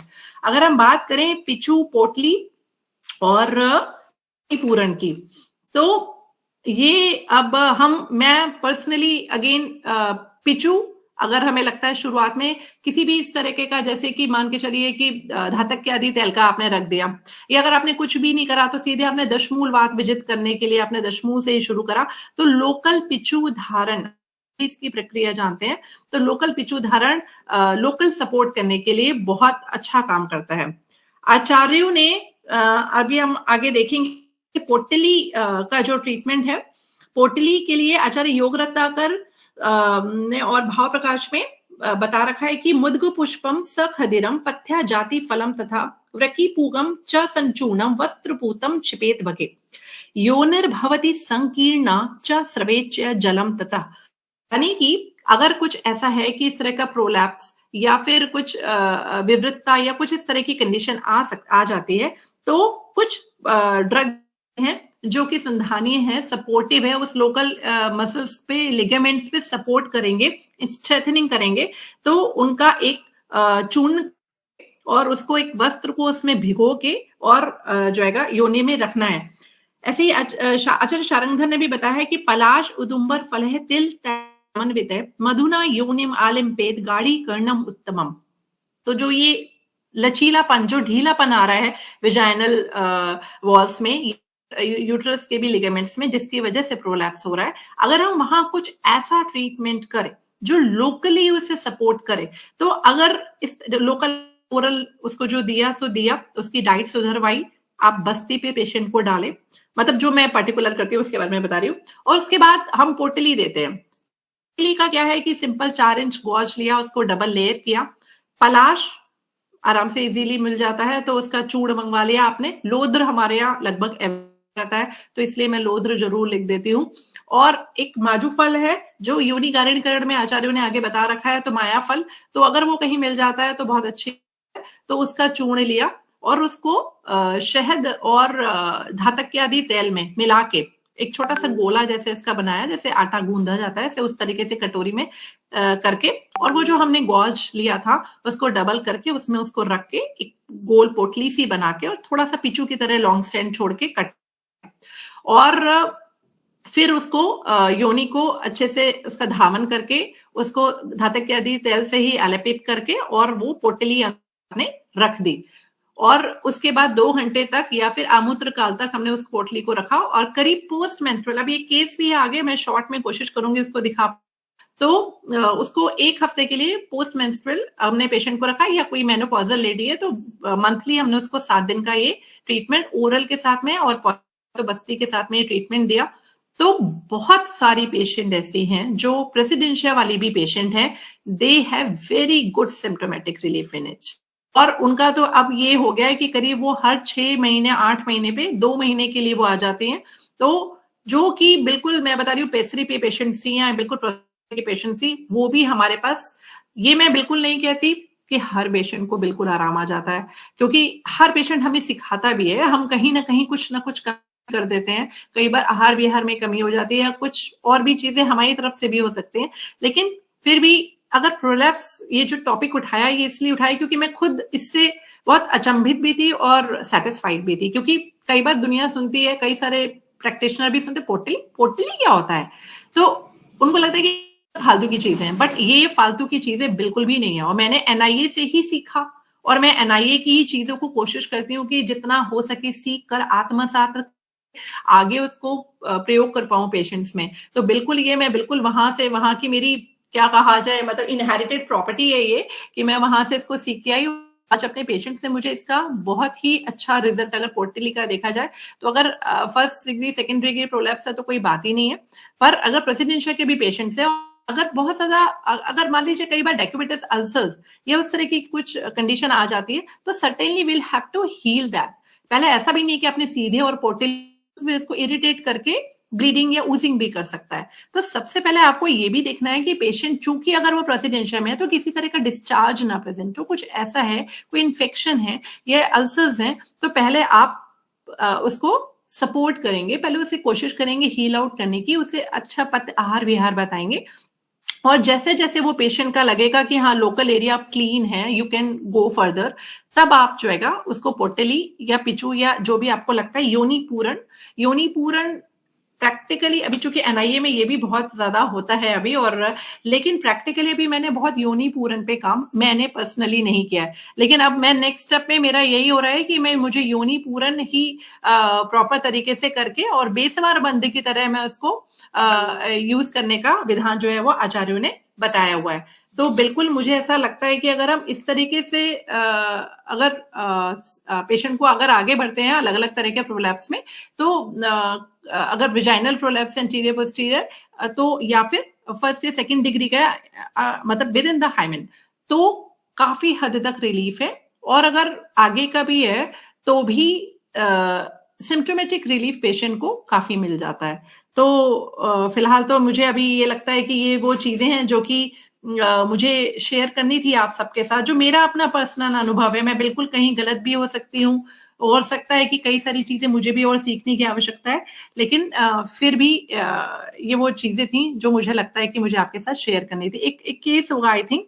तो मैडम अगर हम आगे देखें इसमें, नेक्स्ट स्लाइड, मॉडर्न का हमने देख लिया, तो ये है चीजें। नेक्स्ट एक केस है, मैं इसको ऐसे ही शॉर्ट टर्म में बता देती हूँ आपको। इसमें एक खास चीज है जो कि मेरे पास थी पर मेरा कैमरा नहीं खुल पा रहा है, तो कोई बात नहीं है, मैं इसका फोटो दिखा के कोशिश करूंगी। एक केस है, एक लेडी है 55 इयर्स की थी, हमारे पास लास्ट ईयर की बात है, वो हमारे पास आई थी with a complaint of something coming out of the, actually she was having a very good presidentia type 3rd degree prolapse था, and मतलब uterine prolapse था, and again with cystocele। ठीक है, तो अब ये वन ऑफ माय स्टूडेंट है जो कि इस सब्जेक्ट पे काम कर रही थी, उसका रिसर्च वर्क था विद द हेल्प ऑफ पेरिनियोमीटर। अभी यहाँ पे एक ये ट्विस्ट है कि ये जो पेशेंट थी, इसमें उसको अपने सारे पेशेंट में ऑब्जर्वेशन स्टडी थी जो कि विद द हेल्प ऑफ पेरिनियोमीटर होनी थी। पेरिनियोमीटर क्या होता है ये हम देखें, अभी नेक्स्ट स्लाइड शायद होगी अपने पास, फोटो इसका ये मेरे पास ऐसे है यहाँ पे लाइव, लेकिन अभी ये है कि चूंकि मेरा कैमरा किसी वजह से ओपन नहीं हो पा रहा है तो मैं नहीं दिखा पा रही हूँ। तो ये एक डिवाइस है, इस डिवाइस में क्या होता है कि हम इसमें जो अलग अलग तरीके का जो ये बल्ब आप देख रहे हैं एंट्री करने के लिए विजाइनल, तो ये होते हैं अलग अलग साइजेस के एज पर रिक्वायरमेंट। ठीक है, तो ये जैसे हम बीपी देखते हैं, बीपी में भी हम प्रेशर देखते हैं, ऐसे ही इसमें भी हम ये अकॉर्डिंगली साइज की, वैसे कायदे में इसको अगर हाइजीनिक वे में यूज करना है तो कॉन्डोम का यूज किया जाता है, जैसे कि हम टीवीएस देखते हैं ट्रांसविजाइनल सोनोग्राफी में यूज किया जाता है। तो आप इसको कवर करके और फिर विजाइना में इंसर्ट कर देना है। अराउंड 3 to 4 सेंटीमीटर आपने इंसर्ट किया विजाइना में, और विजाइना में इंसर्ट करने पहले एकदम रेस्टिंग विजाइनल वॉल प्रेशर देखना है कि एकदम रेस्ट पे नॉर्मली जो है विजाइनल वॉल का प्रेशर कितना आ रहा है। और उसके बाद फिर पेशेंट को बोला जाता है कि पूरी तरीके से वो अपनी विजाइना को कॉन्स्ट्रिक्ट करे, वो जो मूलबंध जो हमने बताया था, जितना वो अंदर की तरफ सिकोड़ सकती है अपने आप को, एकदम सिकोड़े, और सिकोड़ने के बाद इसमें प्रेशर देखना होता था कि इसमें कितना प्रेशर है। तो अगर वेजाइनल रेस्टिंग प्रेशर देखेंगे तो वो बहुत ज्यादा नहीं, 1.36 to 3 सेंटीमीटर के आसपास कम रहता था, क्योंकि नॉर्मली आपने इंसर्ट किया, कोई स्क्वीजिंग नहीं है, कोई कुछ नहीं, कॉन्ट्रैक्शन नहीं है, सिंपल रेस्टिंग फेज में कितना प्रेशर है। फिर जब पेशेंट को स्क्वीज करने के लिए या अंदर सिकोड़ने के लिए और बिल्कुल अंदर मूलबंध की तरह एकदम पूरा प्रेशर उस पर लगाने के लिए कहा जाता है, तब जो प्रेशर आता है वो वैसे 30 से 60 सेंटीमीटर H2O का प्रेशर आता है उस पर, वो अच्छा माना जाता है। अगेन ये अगर 15 से 30 के बीच में है तो लो है, और अगर ये 15 नीचे या 10 के नीचे रहता है तो ये वेरी लो, पुअर कंडीशन में, कि बिल्कुल उसकी जो मसल्स हैं, जो वेजाइनल वॉल्स हैं, उनमें लिगामेंट्स है, उसमें बिल्कुल भी ताकत नहीं है, और वो उनकी जो टोन है वो पूरी तरीके से काफी हद तक खो चुकी है। इसी वजह से वो यूट्रस को अपनी जगह से नहीं रोक पा रही है, नहीं मेंटेन कर पा रही। तो यहाँ जो स्टडी उसने की थी वो बेसिकली तो स्टडी थी कि करीब 50 या 100 पेशेंट में ऑब्जर्वेशनल स्टडी थी कि if the patient is coming with a complaint something coming out पर विजाइनली, तो उस तरह की पेशेंट में पूरी तरह से हिस्ट्री लेके कि उसकी इथियोपैथोलॉजिकल आजकल रीजन क्या है आज के पर्सपेक्ट में, और एग्जामिन करने के बाद अलग अलग तरीके से उसकी जो वो थी ग्रेडिंग, उसने जैसे एक होता है ऑक्सफोर्ड का grading system, modified Oxford scale, ये भी अगर हम सर्च करेंगे तो हम देखेंगे तो इसमें क्या होता है कि 2 फिंगर्स जो है वो अंदर इंसर्ट की जाती हैं, ठीक है, वेजाइना में, और उसको बाद उस पेशेंट को स्क्वीज करने के लिए बोला जाता है कि वो अच्छे से स्क्वीज करे, और उसको स्क्वीज करने के बाद में फिर हम देखते हैं कि हमारी फिंगर पे कैसी फीलिंग है। अगर हमें बिल्कुल कोई कॉन्ट्रैक्शन या कोई प्रेशर फील हो रहा है तो मतलब 0, ठीक है, हल्की फ्लिकरिंग टच हुआ, हल्का सा टच सा हुआ तो ग्रेड 1, थोड़ा सा वीक हुआ ग्रेड 2, मॉडरेट कॉन्ट्रैक्शन है 3, गुड कॉन्ट्रैक्शन फील हुआ 4, और स्ट्रॉन्ग कॉन्ट्रैक्शन फील हुआ 5। तो ये ऐसे ही उसका पेल्विक फ्लोर मसल्स की स्ट्रेंथ यही पैरामीटर हो जाता है कि ग्रेड 5 वाला बहुत अच्छी मसल्स के साथ, मसल टोन के साथ है, बहुत बढ़िया। और जो जनरली हमारे पास आते हैं प्रोलैप्स वाले patient, they either have a weak और अ फ्लिकर मूवमेंट, ठीक है। तो ये मॉडिफाइड जो है ऑक्सफोर्ड स्केलिंग होती है। अगेन ये उसको एग्जामिन करनी थी और देखनी थी पेशेंट में कि उसकी ग्रेडिंग क्या आ रही है। अगेन पेरिनियोमीटर के थ्रू कि वो देखना था कि वो रेस्टिंग में तो एक नॉर्मल बात है, लेकिन स्क्वीज करने पे मैक्सिमम वो कितना प्रेशर इसकी वॉल पे लगा पा रही है, जो कि हमारे यहाँ नोटिंग में आ रहा था, ठीक है। तो एक पेशेंट में हमने ऐसा करा था कि ये उसका अपना स्टडी था। एक पेशेंट में हमने उसको जो मैंने अपना पोर्टिली वाला ट्रीटमेंट बताया था वो तो मैं जनरली करती हूँ, पर इस पेशेंट में हम उसको ऑब्जर्व कर पाए थे। तो वो ट्रीटमेंट करने के बाद फिर हमने प्री एंड पोस्ट कुछ फाइंडिंग्स थी देखी थी। अब वो कितनी यहाँ मेंशन है ये मुझे अभी देखना है। नेक्स्ट मैडम, नेक्स्ट स्लाइड कर दीजिए। अगर हम नॉर्मली बात करें, वो शी वॉज अबाउट 55 ईयर्स की पेशेंट थी, मेनोपॉज उसने अचीव कर लिया था, वो अपने पास आई थी विद कंप्लेंट के साथ। तो इसमें हमने डिटेल हिस्ट्री ली थी, फिजिकल एग्जामिनेशन, नेसेसरी इन्वेस्टिगेशंस कर दिया था। पेशेंट को अच्छे से मतलब लिटा के लिथोटमी में और क्लीन एंड लुब्रिकेट के वेजाइनल पाथवे को एंटीसेप्टिक लोशन के साथ क्लीन करके, और उसके बाद हमने पेरिनियोमीटर के थ्रू ये एग्जामिनेशंस किए थे। नेक्स्ट, अगर हम बात करें उसकी ऑब्स्टेट्रिक हिस्ट्री की, तो she was having 3 vaginal deliveries, जिसमें जो पहली 2 थी वो होम डिलीवरी थी। तीसरी जो बता रही थी कि एनपीओएल की history, non progressive flow labour की हिस्ट्री आ रही थी, और हॉस्पिटल डिलीवरी थी, और किसी वजह से नहीं हो पा रहा था delivery. That may be a malpresentation भी हो सकता है, but she was not able to tell the exact condition. She just told कि असिस्टेड कोई अंदर औजार डाल के बच्चा निकाला गया था। तो what was it, may B delivery, it में भी फॉरसेप तो आजकल नहीं हो रही है, बट कहीं कहीं जहां भी हो रही है, तो उसको नहीं समझ में आ पाया। पर उसने जो हमें हिस्ट्री दी वो हमारी ये हिस्ट्री थी कि पहली 2 डिलीवरीज होम डिलीवरी थी, without any episiotomy, without any particular assistance and all, तो and they were uneventful too, ठीक है। पर अगेन वी विल सी कि she started squatting after 8 days। उसका जो था कि हफ्ते भर का हुआ है वेजाइनल डिलीवरी, तुम्हें कोई टाका पाका भी नहीं लगा, उसका ही अपनी भाषा थी। तो अभी तुम एकदम ठीक हो, हफ्ते भर बाद सारे काम करना शुरू करो। तो घर का जो काम धाम उसको जो भी करना था वो खुद करती थी, चाहे उसमें बर्तन मांजना था, चाहे उसमें कपड़े धोना था। तो ये सारी मिथ्या विहार की जो परिचर्याएं थी उसने वो करती थी। अगेन 3rd डिलीवरी के बाद भी चीजें उसके साथ सेम रही, पर जो लेबर का इवेंट था दैट वाज फुली इवेंटफुल, वो प्रॉब्लम है था, ठीक है। तो ये सब चीजें थी। कॉन्स्टिपेशन उसको काफी टाइम से था, व्हेन शी वाज ओनली 33, मतलब जस्ट आफ्टर द डिलीवरी उसको चीजें स्टार्ट हो गई थी ना, एंड ओबीज होना स्टार्ट हो गई थी। She was also having a history of hypertension. Next,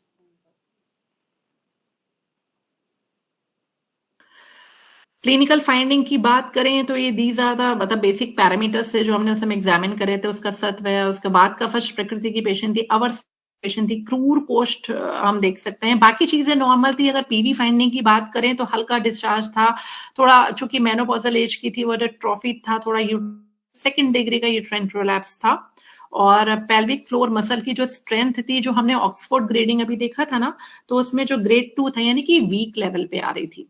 next, अगर हम बात करें कि अब जो हमारे पास आई थी, तो फर्स्ट टाइम जब वो आई थी तो हम सिंपल ओरल ट्रीटमेंट उसको स्टार्ट किया था, ठीक है। मैं अपने ही उसमें बता दे रही हूँ। तो क्या है कि वो हमारे पास आई तो फर्स्ट टाइम में कि भाई मेरे को ऐसे करके वो बाहर आ रहा है, एग्जामिन किया, हाँ कितना स्ट्रेंथ है, ये सारी चीजें देखने के बाद फिर उसको हमने ट्रीटमेंट स्टार्ट कर दिया। तो शुरू में मैंने उसको सिर्फ चंद्रप्रभा पे वटी पे ही डाला था, 2 टैबलेट्स बीडी और एक लोग बलातल अभ्यंग या समथिंग करके उसको लोकल अभ्यंग के लिए मैंने उसको बोल दिया था कि अभी आप लोकल अभ्यंग दें, क्योंकि अगर बात है तो एक जनरलिस्ट नहीं है ना, और हल्का सा जो है आपस में रगड़ के लोकल स्पेदन, बस इस तरीके से सिंप्लीफाइड वे में इसका ट्रीटमेंट हमने स्टार्ट किया था। शी वॉज वेरी लाइक कि पता नहीं ठीक होगा नहीं होगा, बहुत शायद घरेलू जो भी या जो शो कर रही है उसकी ऑब्स्टेटिक हर चीज वैल्यू करती है। देखिए मुझे प्रैक्टिस में लगता है कि अगर 100% अगर किसी पेशेंट पे काम करना है तो मुझे 50% तो हिस्ट्री ही मुझे बहुत ही इंपॉर्टेंट लगती है उसको समझने के लिए, डायग्नोसिस के लिए 50% हिस्ट्री मैटर करती है। वो काफी हद तक चीजें क्लियर करती हैं, उसके बाद उसका एग्जामिनेशन एंड इन्वेस्टिगेशन आता है, जो मेरा अपना मानना है। तो आप अगर अच्छी हिस्ट्री पेशेंट की लेते हैं और रेलेवेंट हिस्ट्री, घुस जाइए एकदम, को लग रहा है कि इस तरह के का है और कंजेनाइटल नहीं है, अगर ऐसा कुछ नहीं है, पहले नहीं था, तो बिल्कुल जो जो फैक्टर्स है उनको पकड़िए कि ऑब्स्टैटिक फैक्टर्स हो सकते हैं, है ना, आहार विहार के फैक्टर्स हो सकते हैं, कॉन्स्टिपेशन और ऑल एंड ये स्पैटिंग, उसका जॉब प्रोफाइल मायने रख सकता है, उसके घरेलू चीजें, तो सबको खोद के हिस्ट्री लीजिए, अपने आप चीजें सामने आ जाएंगी और इजीली आप मैनेज कर पाएंगे बाय निदाने तु परिवर्जनम। तो ये मतलब बहुत बड़ी मुझे अपने आयुर्वेद का वो लगता है टू एकदम जादू ही जिसे कह सकते हैं। तो खैर, तो अभी शुरू में हमारे पास आई थी तो हमने उसे एक सिंपल चंद्रप्रभा वटी दिया और लोकल अभियान के लिए बोला। उसके बाद जब वो आई हमारे पास, शी वाज नॉट मेंस्ट्रुएशन क्योंकि शी वाज अ मैनिपुलेटिव, तो जब आई तो हमने एक महीने के हिसाब से उसको मैंने 2 महीने ट्रीटमेंट दिया। तब इसमें जो भी व्हाटएवर मैं आपको अपने लेवल पे बता रही हूँ कि पहले वो तो एक लोकल अभियान के साथ रखा और चंद्रप्रभा वटी पे दिया। आने के बाद फिर हमने उसको स्टार्ट किया जो है ये हमने लिखा हुआ है इसमें, यस, चंद्रप्रभा वटी 2 टैबलेट्स बीडी, फिर स्थानिक चिकित्सा बलातल अभ्यंग उसको बता दिया था। उसके 1 हफ्ते के बाद फिर अब उसको बुलाया था तो लोद्र, पलाश, माजूफल का चूर्ण, मधु और जात्यादि तेल के साथ उसका गोला बना के, पोटली बना के उसको 7 डेज के लिए मैंने उसको बोला कि आपको हम रख देते थे और इसको चली जाती थी, it was a day procedure. तो जाने के बाद फिर वो जब भी उसको यूरिन का अर्ज हो या फिर 2 घंटे हो जाए तो फिर वो उस पोटली को निकाल के हटा देना था। नेक्स्ट, बाद में हमने थोड़ा ओरली भी चीजें ऐड की थी, जैसे हम देख रहे हैं अश्वगंधा हमने उसे मसल स्ट्रेटनिंग के लिए, ठीक है, योनि धारण का पिचू तो नहीं था, ये पोटली थी एक्चुअली, अशोका रिस्ट मैंने ऐड किया था एक सपोर्ट के लिए और चंद्रप्रभा वटी उसको चली रही थी। तो ये चीजें मैंने ओरल में उसको ऐड की। 7 दिन तक हम लगभग हर महीने 2 बार हमने उसको 2 महीने तक दिया। सारी चीजें ओरल में भी चली, पहले अभ्यंग था, उसके बाद पोटली चली, 7 दिन तक चली, उसके बाद सिर्फ ओरल पे रह, फिर करीब 1 महीने बाद दोबारा बुलवाया उस पेशेंट को 3rd विजिट पे, फिर हमने 7 दिन के लिए पोटली वाला ट्रीटमेंट पूरा किया और ओरल के साथ ही किया। और उसके बाद फिर नेक्स्ट टाइम 2 महीने ट्रीटमेंट किया। फिर जब वो नेक्स्ट लास्ट टाइम हमारे पास आई थी, एक पीछे ही स्लाइड होगी मैडम, ये जो पीछे वाली थी बैक, जैसे ये देख रहे हैं ना, फर्स्ट में केवल लोकल दिया, दूसरे उसी के जस्ट बाद हमने उसको पोटली रखी, फिर उसको बाकी ओरल पे छोड़ दिया। फिर 1 महीने बाद बुलाया, 7 दिन के लिए पोटली रखी, ओरल चल रहा है लगातार, फिर उसको वापस भेज दिया। तो 2 महीने हमने प्रॉपर पोटली का करा और लास्ट जब विजिट हमारे पास आई थी तब हमने उसको सिर्फ वही अभ्यंगी छोड़ दिया था, कोई पोटली नहीं रखी थी और फिर वो हमारे पास लास्ट टाइम आई। नेक्स्ट, अभी इसके अंदर जो है अगर हम देखेंगे तो इसमें ऑब्जेक्टिव पैरामीटर्स ज्यादा है, सब्जेक्टिव का शायद मुझे लगता है इसमें नहीं डला हुआ है चार्ट। अगर हम देखेंगे कि अगर हम पेरिन्यूमेट्रिक वैल्यू देखेंगे तो जो बिफोर ट्रीटमेंट था ये MMHg में, हमने सेंटीमीटर HTO में बात की थी, पर ये भी अराउंड इतना रहता है कि अगर ये 30 के ऊपर रहता है तो said to be a very good strength. अगर ये 15 या 10 के नीचे रहता है, 15 के नीचे रहता है तो धीरे धीरे वेजाइनल मसल की जो स्ट्रेंथ है वो लो कही जाती है। तो स्टार्टिंग में जो उसकी करीब ये 15 mmHg थी, 15 दिन के ट्रीटमेंट के बाद इतनी थी, ये शायद फर्स्ट मंथ के ट्रीटमेंट के बाद इतनी है, थोड़ा इसमें मेंशनिंग में गलत हो। और जो लास्ट फॉलोअप था जो विदाउट जो है मेडिकेशन था, उसके बाद ये धीरे धीरे इंप्रूव कर रही है। ऐसे ही pressure on pelvic floor contraction जो भी था ये रेस्टिंग था, ये पेल्विक फ्लोर कॉन्ट्रैक्शन पे था। अगेन ये ऑक्सफोर्ड ग्रेडिंग पहले 2 थी, फिर धीरे धीरे ये बेटर होनी शुरू हुई, जो कि good contraction with the left है, दैट इज 4 ग्रेडिंग, ठीक है। और कितना वो पेल्विक फ्लोर मसल का एंड्योरेंस टाइम कितना वो होल्ड कर पाई, तो it was in starting only 4 second और धीरे ये इम्प्रूव किया। तो ये वो फाइंडिंग थी। अगर हम देखें ऑब्जेक्टिव पैरामीटर्स में जो हमने देखी थी, and symptomatically she was happy, she was very relaxed. और आज भी ऐसा है कि करीब 8 महीना 10 महीने का एक डिफरेंस होता है, तो she used to come to us, मतलब she is relieved from the complaint. अब उसको चीजें कम है क्योंकि उसको पता चल गया कि जीवन अब कैसे जीना है, उसको क्या क्या चीजें अवॉइड करनी है, पर फिर भी अगर उसको लगता है तो वो अक्सर आती है और महीना 2 महीना ट्रीटमेंट करा के she feel relaxed and better. Next, तो ये बेसिकली वही चीजें हैं कि हमने जो जो चीजें की हैं कुल मिला के उनका कैसे रिजल्ट, कैसे इन्होंने काम, इस पे काफी डिस्कशन कर चुके हैं, तो आई थिंक अब तो बहुत ज्यादा अब इसकी आवश्यकता नहीं है कि कैसे काम किया, क्या हमारा मोड रहा था ट्रीटमेंट का, रिजल्ट आया। Next, early diagnosis and management is very important है। Patient was symptomatically better from the second day of the procedure, feeling a tightness in vagina. बस, thank you so much, thank you all, thank you madam. बहुत बहुत धन्यवाद doctor शिखा, बहुत ही बढ़िया presentation with theoretical clarification. और मैं समझती हूँ कि बहुत सारे पार्टिसिपेंट्स को एक बार पूरे विषय का रिवीजन हो गया होगा, अवगाहन हो गया होगा। और मैं समझती हूँ कि जो हमारा मंच अनेक भारतीय लोगों में आयुर्वेद चिकित्सा पद्धति फर्स्ट चॉइस के रूप में आए, कि कुछ भी है तो जैसे कहीं ना कहीं प्रकृति परीक्षण को भी आपने बहुत अच्छी तरह से इन्वॉल्व कर दिया कि भाई हाँ, कितने सारे लोगों तक ये बात पहुंचेगी कि मुझे मेरी शरीर की तासीर के अनुसार रहना चाहिए, खाना चाहिए। और कहीं ना कहीं स्वस्थ से स्वास्थ्य रक्षण में भी वही बात कारणभूत होती है, महत्वपूर्ण होती है। तो मैं समझती हूँ कि बहुत अच्छी तरीके से आपने विषय का प्रेजेंटेशन किया और मुझे लगता है कि बहुत सारे लोग उससे लाभान्वित होंगे। अंत में मैं ये कहना चाहूँगी कि जो मेरे साथ व्हाट्सएप ग्रुप में जुड़े हुए हैं वो पर्टिकुलर लोग मुझे व्हाट्सएप पर अपना प्रश्न भेज सकते हैं। मैं अपने ग्रुप में से जो भी पर्सनल मेरे मैसेज करेंगे उनका क्वेश्चन मैं ले लूँगी, है ना। और बहुत बहुत धन्यवाद। जैसे doctor Chandrakala ji, doctor Arshiya, doctor Kapila, doctor Geeta and doctor Anil, है ना, बहुत सारे लोग हम व्हाट्सएप से जुड़े हुए हैं, एक ग्रुप में हैं हम। और आप उसमें से डॉक्टर शांतिलता जी, है ना, तो आप अपना प्रश्न पूछ सकते हैं।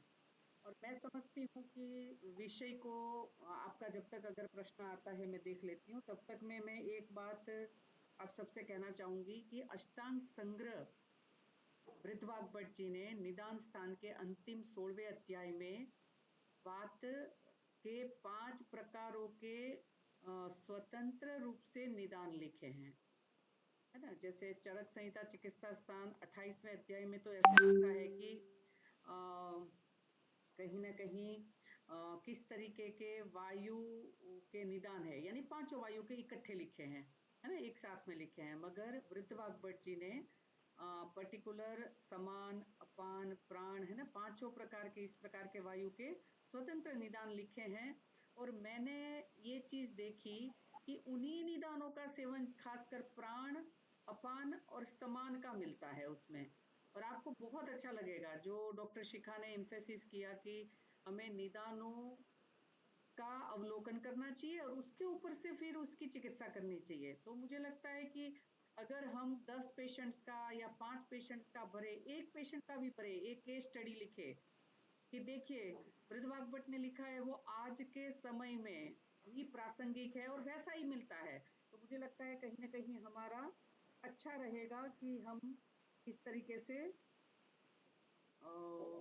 विषय को एक्सप्लोर करके लोगों के सामने ला सके। डॉक्टर नीलम ने एक प्रश्न पूछा है, पोटली चिकित्सा में पलाश पुष्प लेना है क्वेश्चन मार्क, ऐसा डॉक्टर शिखा? हाँ जी मैडम, हाँ जी, पलाश पुष्प चूर्ण हमें यही इजीली मिल पाता था। हाँ जी, और बिल्कुल जैसे आचार्यों ने भी, मैंने आपको पीछे एक रेफरेंस था तो उन्होंने इसका रेफरेंस, उन्होंने ऐसा तो इसका प्रयोज्यांग नहीं बताया, बट मैं पर्सनली जो यूज करवाती हूँ तो मैं पलाश, क्योंकि इजीली अवेलेबल है और उसके जो गुण हैं वो भी हमें सपोर्ट करते हैं, तो मैं जो पर्सनली जो यूज करी थी कि या तो हाँ, या तो छाल मिल जाए या तो फिर मुझे पलाश पुष्प चूर्ण भी अगर मिलता, कुछ भी नहीं होता तो हम पेशेंट से बोल देते थे कि तुमको नहीं मिल रहा है तुम उसको ड्राई करो आराम से, उसके जो छांव में सुखा के उसको चूर्ण करके, तो अगर वो हमेशा अवेलेबल नहीं हो पाता है। दिक्कत की बात सिर्फ ये हो जाती है। तो बात यह है कि फिर जिस फॉर्म में पलाश का चूर्ण आपके औषधि भंडार पे अवेलेबल हो, फिर हम यूज करते थे, otherwise we can go for that. जी, बहुत बहुत धन्यवाद डॉक्टर शिखा, आपने बहुत अच्छी तरीके से वो बता दिया। और डॉक्टर नीलम जी का भी धन्यवाद, आपने प्रश्नोत्तरी में अपना प्रश्न रखा है। डॉक्टर उषा होला कह रही है, very good presentation ma'am, after doing Kegel exercise pain starts in vaginal area, why?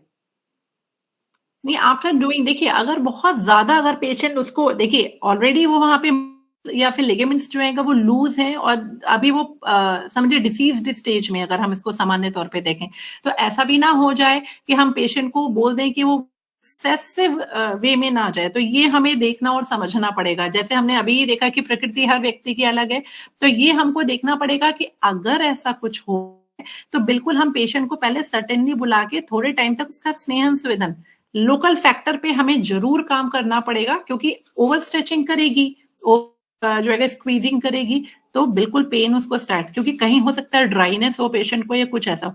लेकिन अगर एक हेल्दी और एक नॉर्मल पेशेंट, जैसे हम अपनी बात, हम इसको कंपेयर करने के लिए मैं आपको बता रही हूँ कि अगर हम एक नॉर्मल एक हेल्दी पेशेंट की बात करें, अगर वो स्क्वीजिंग करती है और इस तरह की चीजें करती है तो वो बेटर फील करती है। डिसीज्ड पेशेंट की बात है कि अगर उसको वेजाइनल पेन फील हो रहा है तो हमें जरूर पहले देखना पड़ेगा कि क्या कोई डिस्चार्ज, क्या कोई पीआईडी, क्या कोई एडिजन या कोई फैक्टर तो नहीं है, कोई फाइब्रॉइड तो नहीं है, या कोई ऐसा फैक्टर तो नहीं है जिसकी वजह से उसको पेन हो रहा है। तो तब उस कंडीशन में पहले हमको वो रूल आउट करने हैं, वो आउट करना पड़ेगा, उसके बाद हम करेंगे। और अगर कुछ भी नहीं है, एवरीथिंग इज ओके, तो we can go for a local snehan swedan certainly and वाथर औषधि। और उसके बाद तो धीरे धीरे, बहुत ज्यादा नहीं, इतना नहीं हो रहा है तो 4 सेकंड 5 सेकंड होल्ड करे, नहीं हो रहा है 2 सेकंड होल्ड करे, 10 बार नहीं कर रही है 4 बार करे, तो धीरे धीरे प्रैक्टिस कर चीजों को कवर अप कर पाएगी। तो स्नेहन स्वेदन, ड्राइनेस या और कोई खास फैक्टर है जो कि उसको पेन कॉज कर रहा है, उस पर जरूर हमें ध्यान देना पड़ेगा। जी, बहुत बहुत धन्यवाद डॉक्टर साहब। एक नेक्स्ट क्वेश्चन है डॉक्टर अर्शिया से। मैं सभी से एक बार फिर से निवेदन करना चाहूंगी कि आप और मैं अलग अलग ग्रुप में, व्हाट्सएप ग्रुप में जुड़े हुए हैं, और मेरा नंबर भी आपके पास मैं इतने समय से 9 साल से डाल रही हूँ information regarding the lecture topic and speakers name, है ना। तो आपको पता ही होगा कि किस नंबर से डलता है। उस नंबर पे प्राइवेटली मैसेज क्वेश्चन के रूप में डालिए, है ना, तो मैं ले लूँगी। क्योंकि मैं समझ सकती हूँ कि कुछ ग्रुप में हमने ये भी रखा है कि क्योंकि बहुत सारे पार्टिसिपेंट्स, लगभग 4 साल तक तो मैं समझाया सभी को, एक एक को व्यक्तिगत फोन करके मैंने बताया हुआ है कि बेटा गुड मॉर्निंग, गुड इवनिंग, या अच्छा मैसेज हो सकता है ना, कुछ बड़े बढ़िया मैसेज भी हो, कुछ लेक्चर्स का हो, दूसरे हो, है ना। तो भाई क्योंकि इसी लेक्चर सीरीज का, वरना बहुत सारों में वो गुण मिल जाएगा, फिर पता नहीं चलेगा। इसलिए मैंने लेक्चर इन्फॉर्मेशन के लिए ही रखा है वो, और 4-5 साल तक तो वो ओपन भी रखा था सभी के लिए। उसमें 26 जनवरी 15 अगस्त जो नेशनल फेस्टिवल है उसमें ही हम डालने के लिए सभी को छूट थी। मगर अभी इतना फॉलोअप मेरे से हो नहीं पा रहा बिजी शेड्यूल से, इसलिए मैंने ओनली फॉर एडमिन कर दिया है ना। तो थोड़ा सा व्यवधान तो रहेगा, मगर मैं आशा करती हूँ कि आप पर्सनल मैसेज कर सकते हैं। डॉक्टर अर्शिया जी ने पूछा है question, during the pregnancy and the सूतिका काल में इंडियन टॉयलेट यूज करना चाहिए या वेस्टर्न यूज करना चाहिए?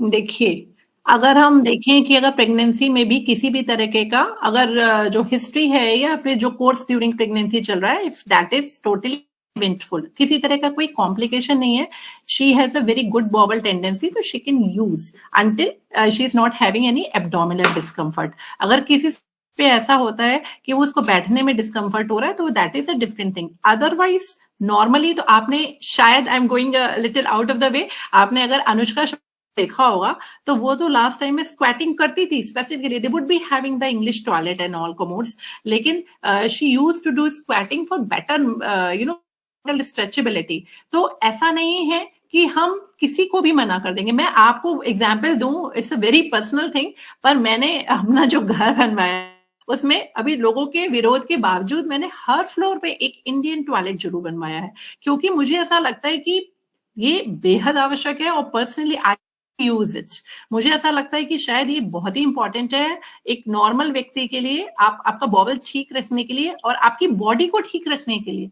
तो प्रेगनेंसी में और सूतिका की बात रहेगी तो अगेन मैं यही कहूंगी कि अगर बॉवल क्लियर हो रहा है आसानी से, she is not having constipation, bowel easily clear हो जाएगा। अगर कहीं पे ऐसा लग रहा है कि कॉन्स्टिपेशन है, तब उस समय हमें जरूर इस विषय में सोचना चाहिए। तो ये एज पर कंडीशन, पेशेंट को कोई कंप्लेंट नहीं है तो बिल्कुल we can go for it. जी बिल्कुल सही कह रहे हैं डॉक्टर साहब, बहुत बहुत धन्यवाद। और ऐसे अभी कोई नया क्वेश्चन हमारे पास नहीं आया है और मुझे लगता है कि बहुत बढ़िया प्रेजेंटेशन रहा और 1 घंटा 20 मिनट कब निकल गए पता ही नहीं चला। और मैं समझती हूँ कि हम आयुर्वेद को भारत की राष्ट्रीय चिकित्सा पद्धति घोषित करवाने के लिए 9 साल से अनवरत कार्यरत है। अनेक लोगों के योगदान से आज इस मुकाम को पाया है और आगे ऊपर भी डॉक्टर शिखा से हम एक लेक्चर इमरजेंसी में भी तैयार रखने के लिए कहेंगे कि अचानक कहीं कुछ स्पीकर के उसमें हो जाता है तो हम आपको तुरंत ही आमंत्रित करना चाहेंगे, क्योंकि अभी हमें ये भी पता चल गया कि आप ऑन द स्पॉट भी तैयार कर देंगे। जी मैडम। बहुत ही अच्छा लगा। और सुबह आपने तुरंत ही वो पीजी के स्टूडेंट की तरह तुम चारों स्टूडेंट्स ऐसे है ना फटाफट टीचर्स की सुनते थे कि ये करना है, कहते यस मैम, है ना। तो वो वाली फीलिंग आ रही थी और चारों स्टूडेंट्स एक साथ में याद आ रहे थे, चारों आप क्लासमेट, और बहुत ही अच्छा लगा और अच्छी प्रेजेंटेशन रही। और वैसे ही आप की अच्छी प्रतिभा के कारण आप ज़्यादा फिक्रमंद रहती है, ऐसा मुझे समझ में आया कि नहीं नहीं मेरे स्टूडेंट्स तो अच्छा कर ही लेंगे।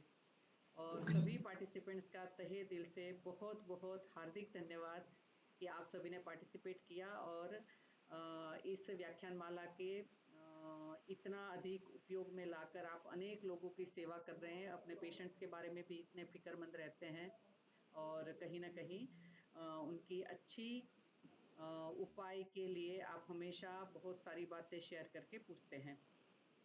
डॉक्टर शिखा, विश्व आयुर्वेद परिषद के इस प्लेटफॉर्म पे मैं बहुत बहुत आपका हार्दिक धन्यवाद करती हूँ और चाहती हूँ कि आप आगे ऊपर भी बहुत सारे प्रगति करें और ऐसे ही नए नए लेक्चर्स हमें सभी को भी सुनने के लिए मिले। सबसे लास्ट में मैं शांति मंत्र लूंगी, आप सभी एक मिनट मैडम, जी बेटा। बस मैडम एक बात, हाँ मैं स्पेशली आपको भी ढेर सारा धन्यवाद कहना चाहूंगी और हैट्स ऑफ कहना चाहूंगी टू योर पेशेंस। 2 चीजों के लिए, पहले तो इस व्याख्यान माला को इतने टाइम तक देखिए लगातार चलाना इज नॉट सिंपल वे में तो किसी बंदे के बस की बात नहीं है। ये कि जो ये मैनेज और मेंटेन कर पाए, इसके लिए तो पूर्ण श्रेय आपको जाता है कि सबको एक धागे में पिरो कर बढ़ाना और सबके फायदे के लिए बिना किसी स्वार्थ के लिए आज की दुनिया में नहीं मिलता मैडम। इसके लिए शत शत नमन है आपको। नंबर 2, हम थोड़े नकारा टाइप के बच्चे जैसे जो कि मतलब आई डोंट नो, कोशिश करती हूँ जुड़ने की, लेकिन पता नहीं कहाँ लाइफ इतना बच्चे एंड ऑल में बिजी हो जाती है कि कई उतना मैं नहीं कर पाती जितना मुझे एक्चुअली करना चाहिए। उसके बावजूद इतने पेशेंस से हमें सुनना और हमें समझना और हमें सपोर्ट करना और अब तक लगातार, इसके लिए भी मैडम मैं क्या बताऊं, तहे दिल से आपकी, मतलब मुझे लगता है कि मेरी तरफ से बहुत सारे फॉल्ट होते हैं और कई बार मैं शर्म आपसे नहीं बात कर पाती कि मैडम क्या सोचेंगी ये कितनी दुष्ट है एंड ऑल। तो मैं मतलब क्या कहूं, मैं मेरे पास शब्द नहीं है आपके लिए कि बिल्कुल गुरुदेवो भवा इसीलिए कहा गया है। ईश्वर से तो कुछ भी कह लो कर लो, ईश्वर तो हमेशा आपको सपोर्ट करता है। तो thank you so much for being there for us madam. ये तो मतलब हमारे लिए बहुत सौभाग्य की बात है कि आप आते हैं, हमारे ऊपर हैं और हम जैसे दुष्ट टाइप के बच्चों को इतने अच्छे से मैनेज करती हैं, तो थैंक्स टू यू टू। नहीं बेटा ऐसा नहीं है और मुझे हमेशा ऐसा लगता है क्योंकि मैं जब आपकी उम्र में थी ना तो मैं ऐसे सोच रही थी कि काश मेरे को कोई बोलने का मौका दे दे। अरे भाई मैं किसको जाके बताऊं कि भाई मैंने ये किया है और ऐसा सोचा है। तो मुझे लगता है कि और आज का ही उदाहरण आप देख लीजिए, है ना। सुबह आप की हमारे साथ बात हुई और आपने कहा नहीं मैडम लास्ट वाला मैसेज तो मैंने देखा ही नहीं। मैंने कहा बेटा मैंने भेजा है। और 9 साल से लगभग मैं ही स्लो रही व्हाट्सएप मैसेज देखने में, मगर आपने मेरा रिकॉर्ड भी तोड़ दिया। Sorry ma'am. मतलब मुझे कई बार I am really sorry. Speaker की तरफ से हुआ ऐसा कि भाई मैडम मैंने तो आपको 3 दिन पहले बता दिया था कि I am not able to deliver the lecture, ये मगर होना भी मैडम बहुत कई बार ऐसा हाँ नहीं देखा जाता, तो मैंने कहा हाँ यार मैंने नहीं देख पाई। तो मैं हमेशा स्पीकर को कहती हूँ कि जैसे ही आपका टाइम टेबल कुछ अलग डायरेक्शन में जाए तो आप मुझे फोन कर देना, है ना। तो बस वैसा ही रहा। तो आगे से मैं हर स्पीकर को एक बार फोन भी करूंगी कि 7 दिन बचे हैं। तो एक बार ऐसा रहा। और नहीं, बहुत अच्छा प्रेजेंटेशन हुआ, बहुत अच्छा, है ना। और बहुत थैंक सारे यू। विविध पॉइंट्स को आपने लिया है। और इस व्याख्यान माले की आत्मा मेरे स्पीकर और मेरे पार्टिसिपेंट्स है कि कहीं ना कहीं हम सोचते हैं कि बस आयुर्वेद ऊपर उठे, आयुर्वेद श्रेष्ठ चिकित्सा पद्धति है, लोगों के सामने आनी चाहिए, लोगों की पहली चॉइस बननी चाहिए कि कुछ भी हो तो वो पहले ये सोचे कि ये हुआ कैसे, मैं क्या ना खाऊं और मैं क्या खाऊं, है ना। तो ये चीज अगर लोगों ने, भारत के लोगों ने सीखनी शुरू कर दी, क्योंकि दादी नानी यही चीज कहती है कि बेटा जुकाम हो गया चावल मत खाना, मुरमुरे मत खाना, है ना, पोहा मत खाना। तो देखो हम बिना दवाई भी ठीक हो जाते थे। और यही चीज अगर भारत के लोगों में आ गई तो मुझे लगता है कि बहुत सारे कार्य दिवस बढ़ जाएंगे, है ना। जैसे मैं अगर छुट्टी नहीं लूंगी, बीमारी नहीं पड़ूंगी, तो मेरे कार्य दिवस बढ़ जाएंगे और कहीं ना कहीं लोगों का बहुत अच्छा भला हो जाएगा। तो सभी पूरे भारत के कार्य दिवस बढ़ेंगे और वो कहीं ना कहीं हमारे देश की समृद्धि के साथ भी जुड़ा हुआ है। और कहीं ना कहीं कई बार पता है ना कि तबीयत अच्छी नहीं होती तभी भी गुस्सा आ जाता है, तो ऐसी तो ये बात भी नहीं होगी। मानसिक स्वास्थ्य भी हमारा सभी का मिलजुल के अच्छा रहेगा। तो मुझे लगता है कि आयुर्वेद आगे आना चाहिए और हम भारत के लोगों की पहली चॉइस में आयुर्वेद अगर लाके खड़ा कर देते हैं तो मुझे लगता है कि हमारी जिंदगी का एक बहुत बड़ा मुकाम रहेगा। और मैं बहुत बार अपने स्टूडेंट्स को कहती हूँ कि हमें 2 पीढ़ी को, है ना, बहुत काम करना पड़ेगा, तब जाके तीसरी पीढ़ी आराम से, है ना, जीवन बसर कर पाएगी। मगर 1-2 पीढ़ी को तो जुटना ही पड़ेगा पूरी कमर कस के। और इसीलिए मैं समझती हूँ कि इतने सारे स्पीकर का योगदान, क्योंकि मैंने बहुत बार देखा कि मेरी 26 साल की प्रैक्टिस में कितनी सारी बातें मुझे एडी रगड़ के, है ना, पूरे नाक को चने दबा के मुझे जो सीखने को मिली है, वो यहाँ स्पीकर आके समर्पित भाव से ऐसे ही दे रहे हैं, है ना। बहुत बार मैंने अपने स्टूडेंट से सुना है कि भाई टीचर्स देते नहीं है, नहीं, आप अच्छी अंजलि लेके, है ना, कृत अंजलि, है ना, अच्छी अंजलि लेके खड़े हो जाओ, गुरु पक्का डालेंगे उसमें कोई ना कोई ज्ञान की बातें, है ना। तो कृत अंजलि होना चाहिए। और ये मुझे डीएन मिश्रा जी, काय चिकित्सा विभाग के राष्ट्रीय आयुर्वेद संस्थान के टीचर, है ना, डीएन मिश्रा सर ने बताई थी कि हेतल, वैसे तो मैं लेक्चर लेता नहीं हूँ, सर के ही शब्द है, हेतल वैसे तो मैं लेक्चर लेता नहीं हूँ मगर तुम्हारा कृत अंजलि भाव मुझे अच्छा लगा, इसलिए मैं लेक्चर लेने आऊंगा। और मुझे बहुत खुशी है कि उस दिन सर को पूछने के लिए मैं और गोविंद पारिक जी दोनों साथ में गए थे। पूरे कॉलेज में मैंने और गोविंद पारिक जी ने दोनों ने साथ में भ्रमण किया था। और हम 15 स्पीकर की डेट लेके आए थे उस दिन। और थैंक्स टू गोविंद पारिक कि मैंने जैसे ही उनको कहा कि डॉक्टर साहब ऐसे ऐसे चलना है तो वो तुरंत साथ चले थे। आज वो हमारे बीच में नहीं है, मगर उनका कर्तृत्व, कर्म, सजगता, है ना, ये सब हमारे बीच में एक अच्छी छाप छोड़े हुए हैं, जिससे हमें लगातार आगे बढ़ने की प्रेरणा मिलती है, कर्म करने की प्रेरणा मिलती है। और मैं उनका भी धन्यवाद इस मंच से कर रही हूँ। और सभी पार्टिसिपेंट्स का पुनः आज धन्यवाद करते हुए डॉक्टर शिखा का फिर से धन्यवाद करती हूँ। और सबसे अंत में मैं शांति मंत्र बोल रही हूँ, आप सभी म्यूट रखकर ही दोहराएंगे। ओम सर्वे भवन्तु सुखिनः, सर्वे सन्तु निरामया, सर्वे भद्राणि पश्यन्तु, मा कश्चित् दुःखभाग् भवेत्। ओम शांति शांति शांति। नमो नमः, तहे दिल से बहुत बहुत धन्यवाद डॉक्टर शिखा। सभी पार्टिसिपेंट्स का धन्यवाद। अपने अपने स्थान पर अपने अपने हिस्सेदारी की प्रामाणिकता से आयुर्वेद के लिए काम करते रहेंगे। बहुत बहुत धन्यवाद। धन्यवाद मैम, नमस्कार। नमस्कार।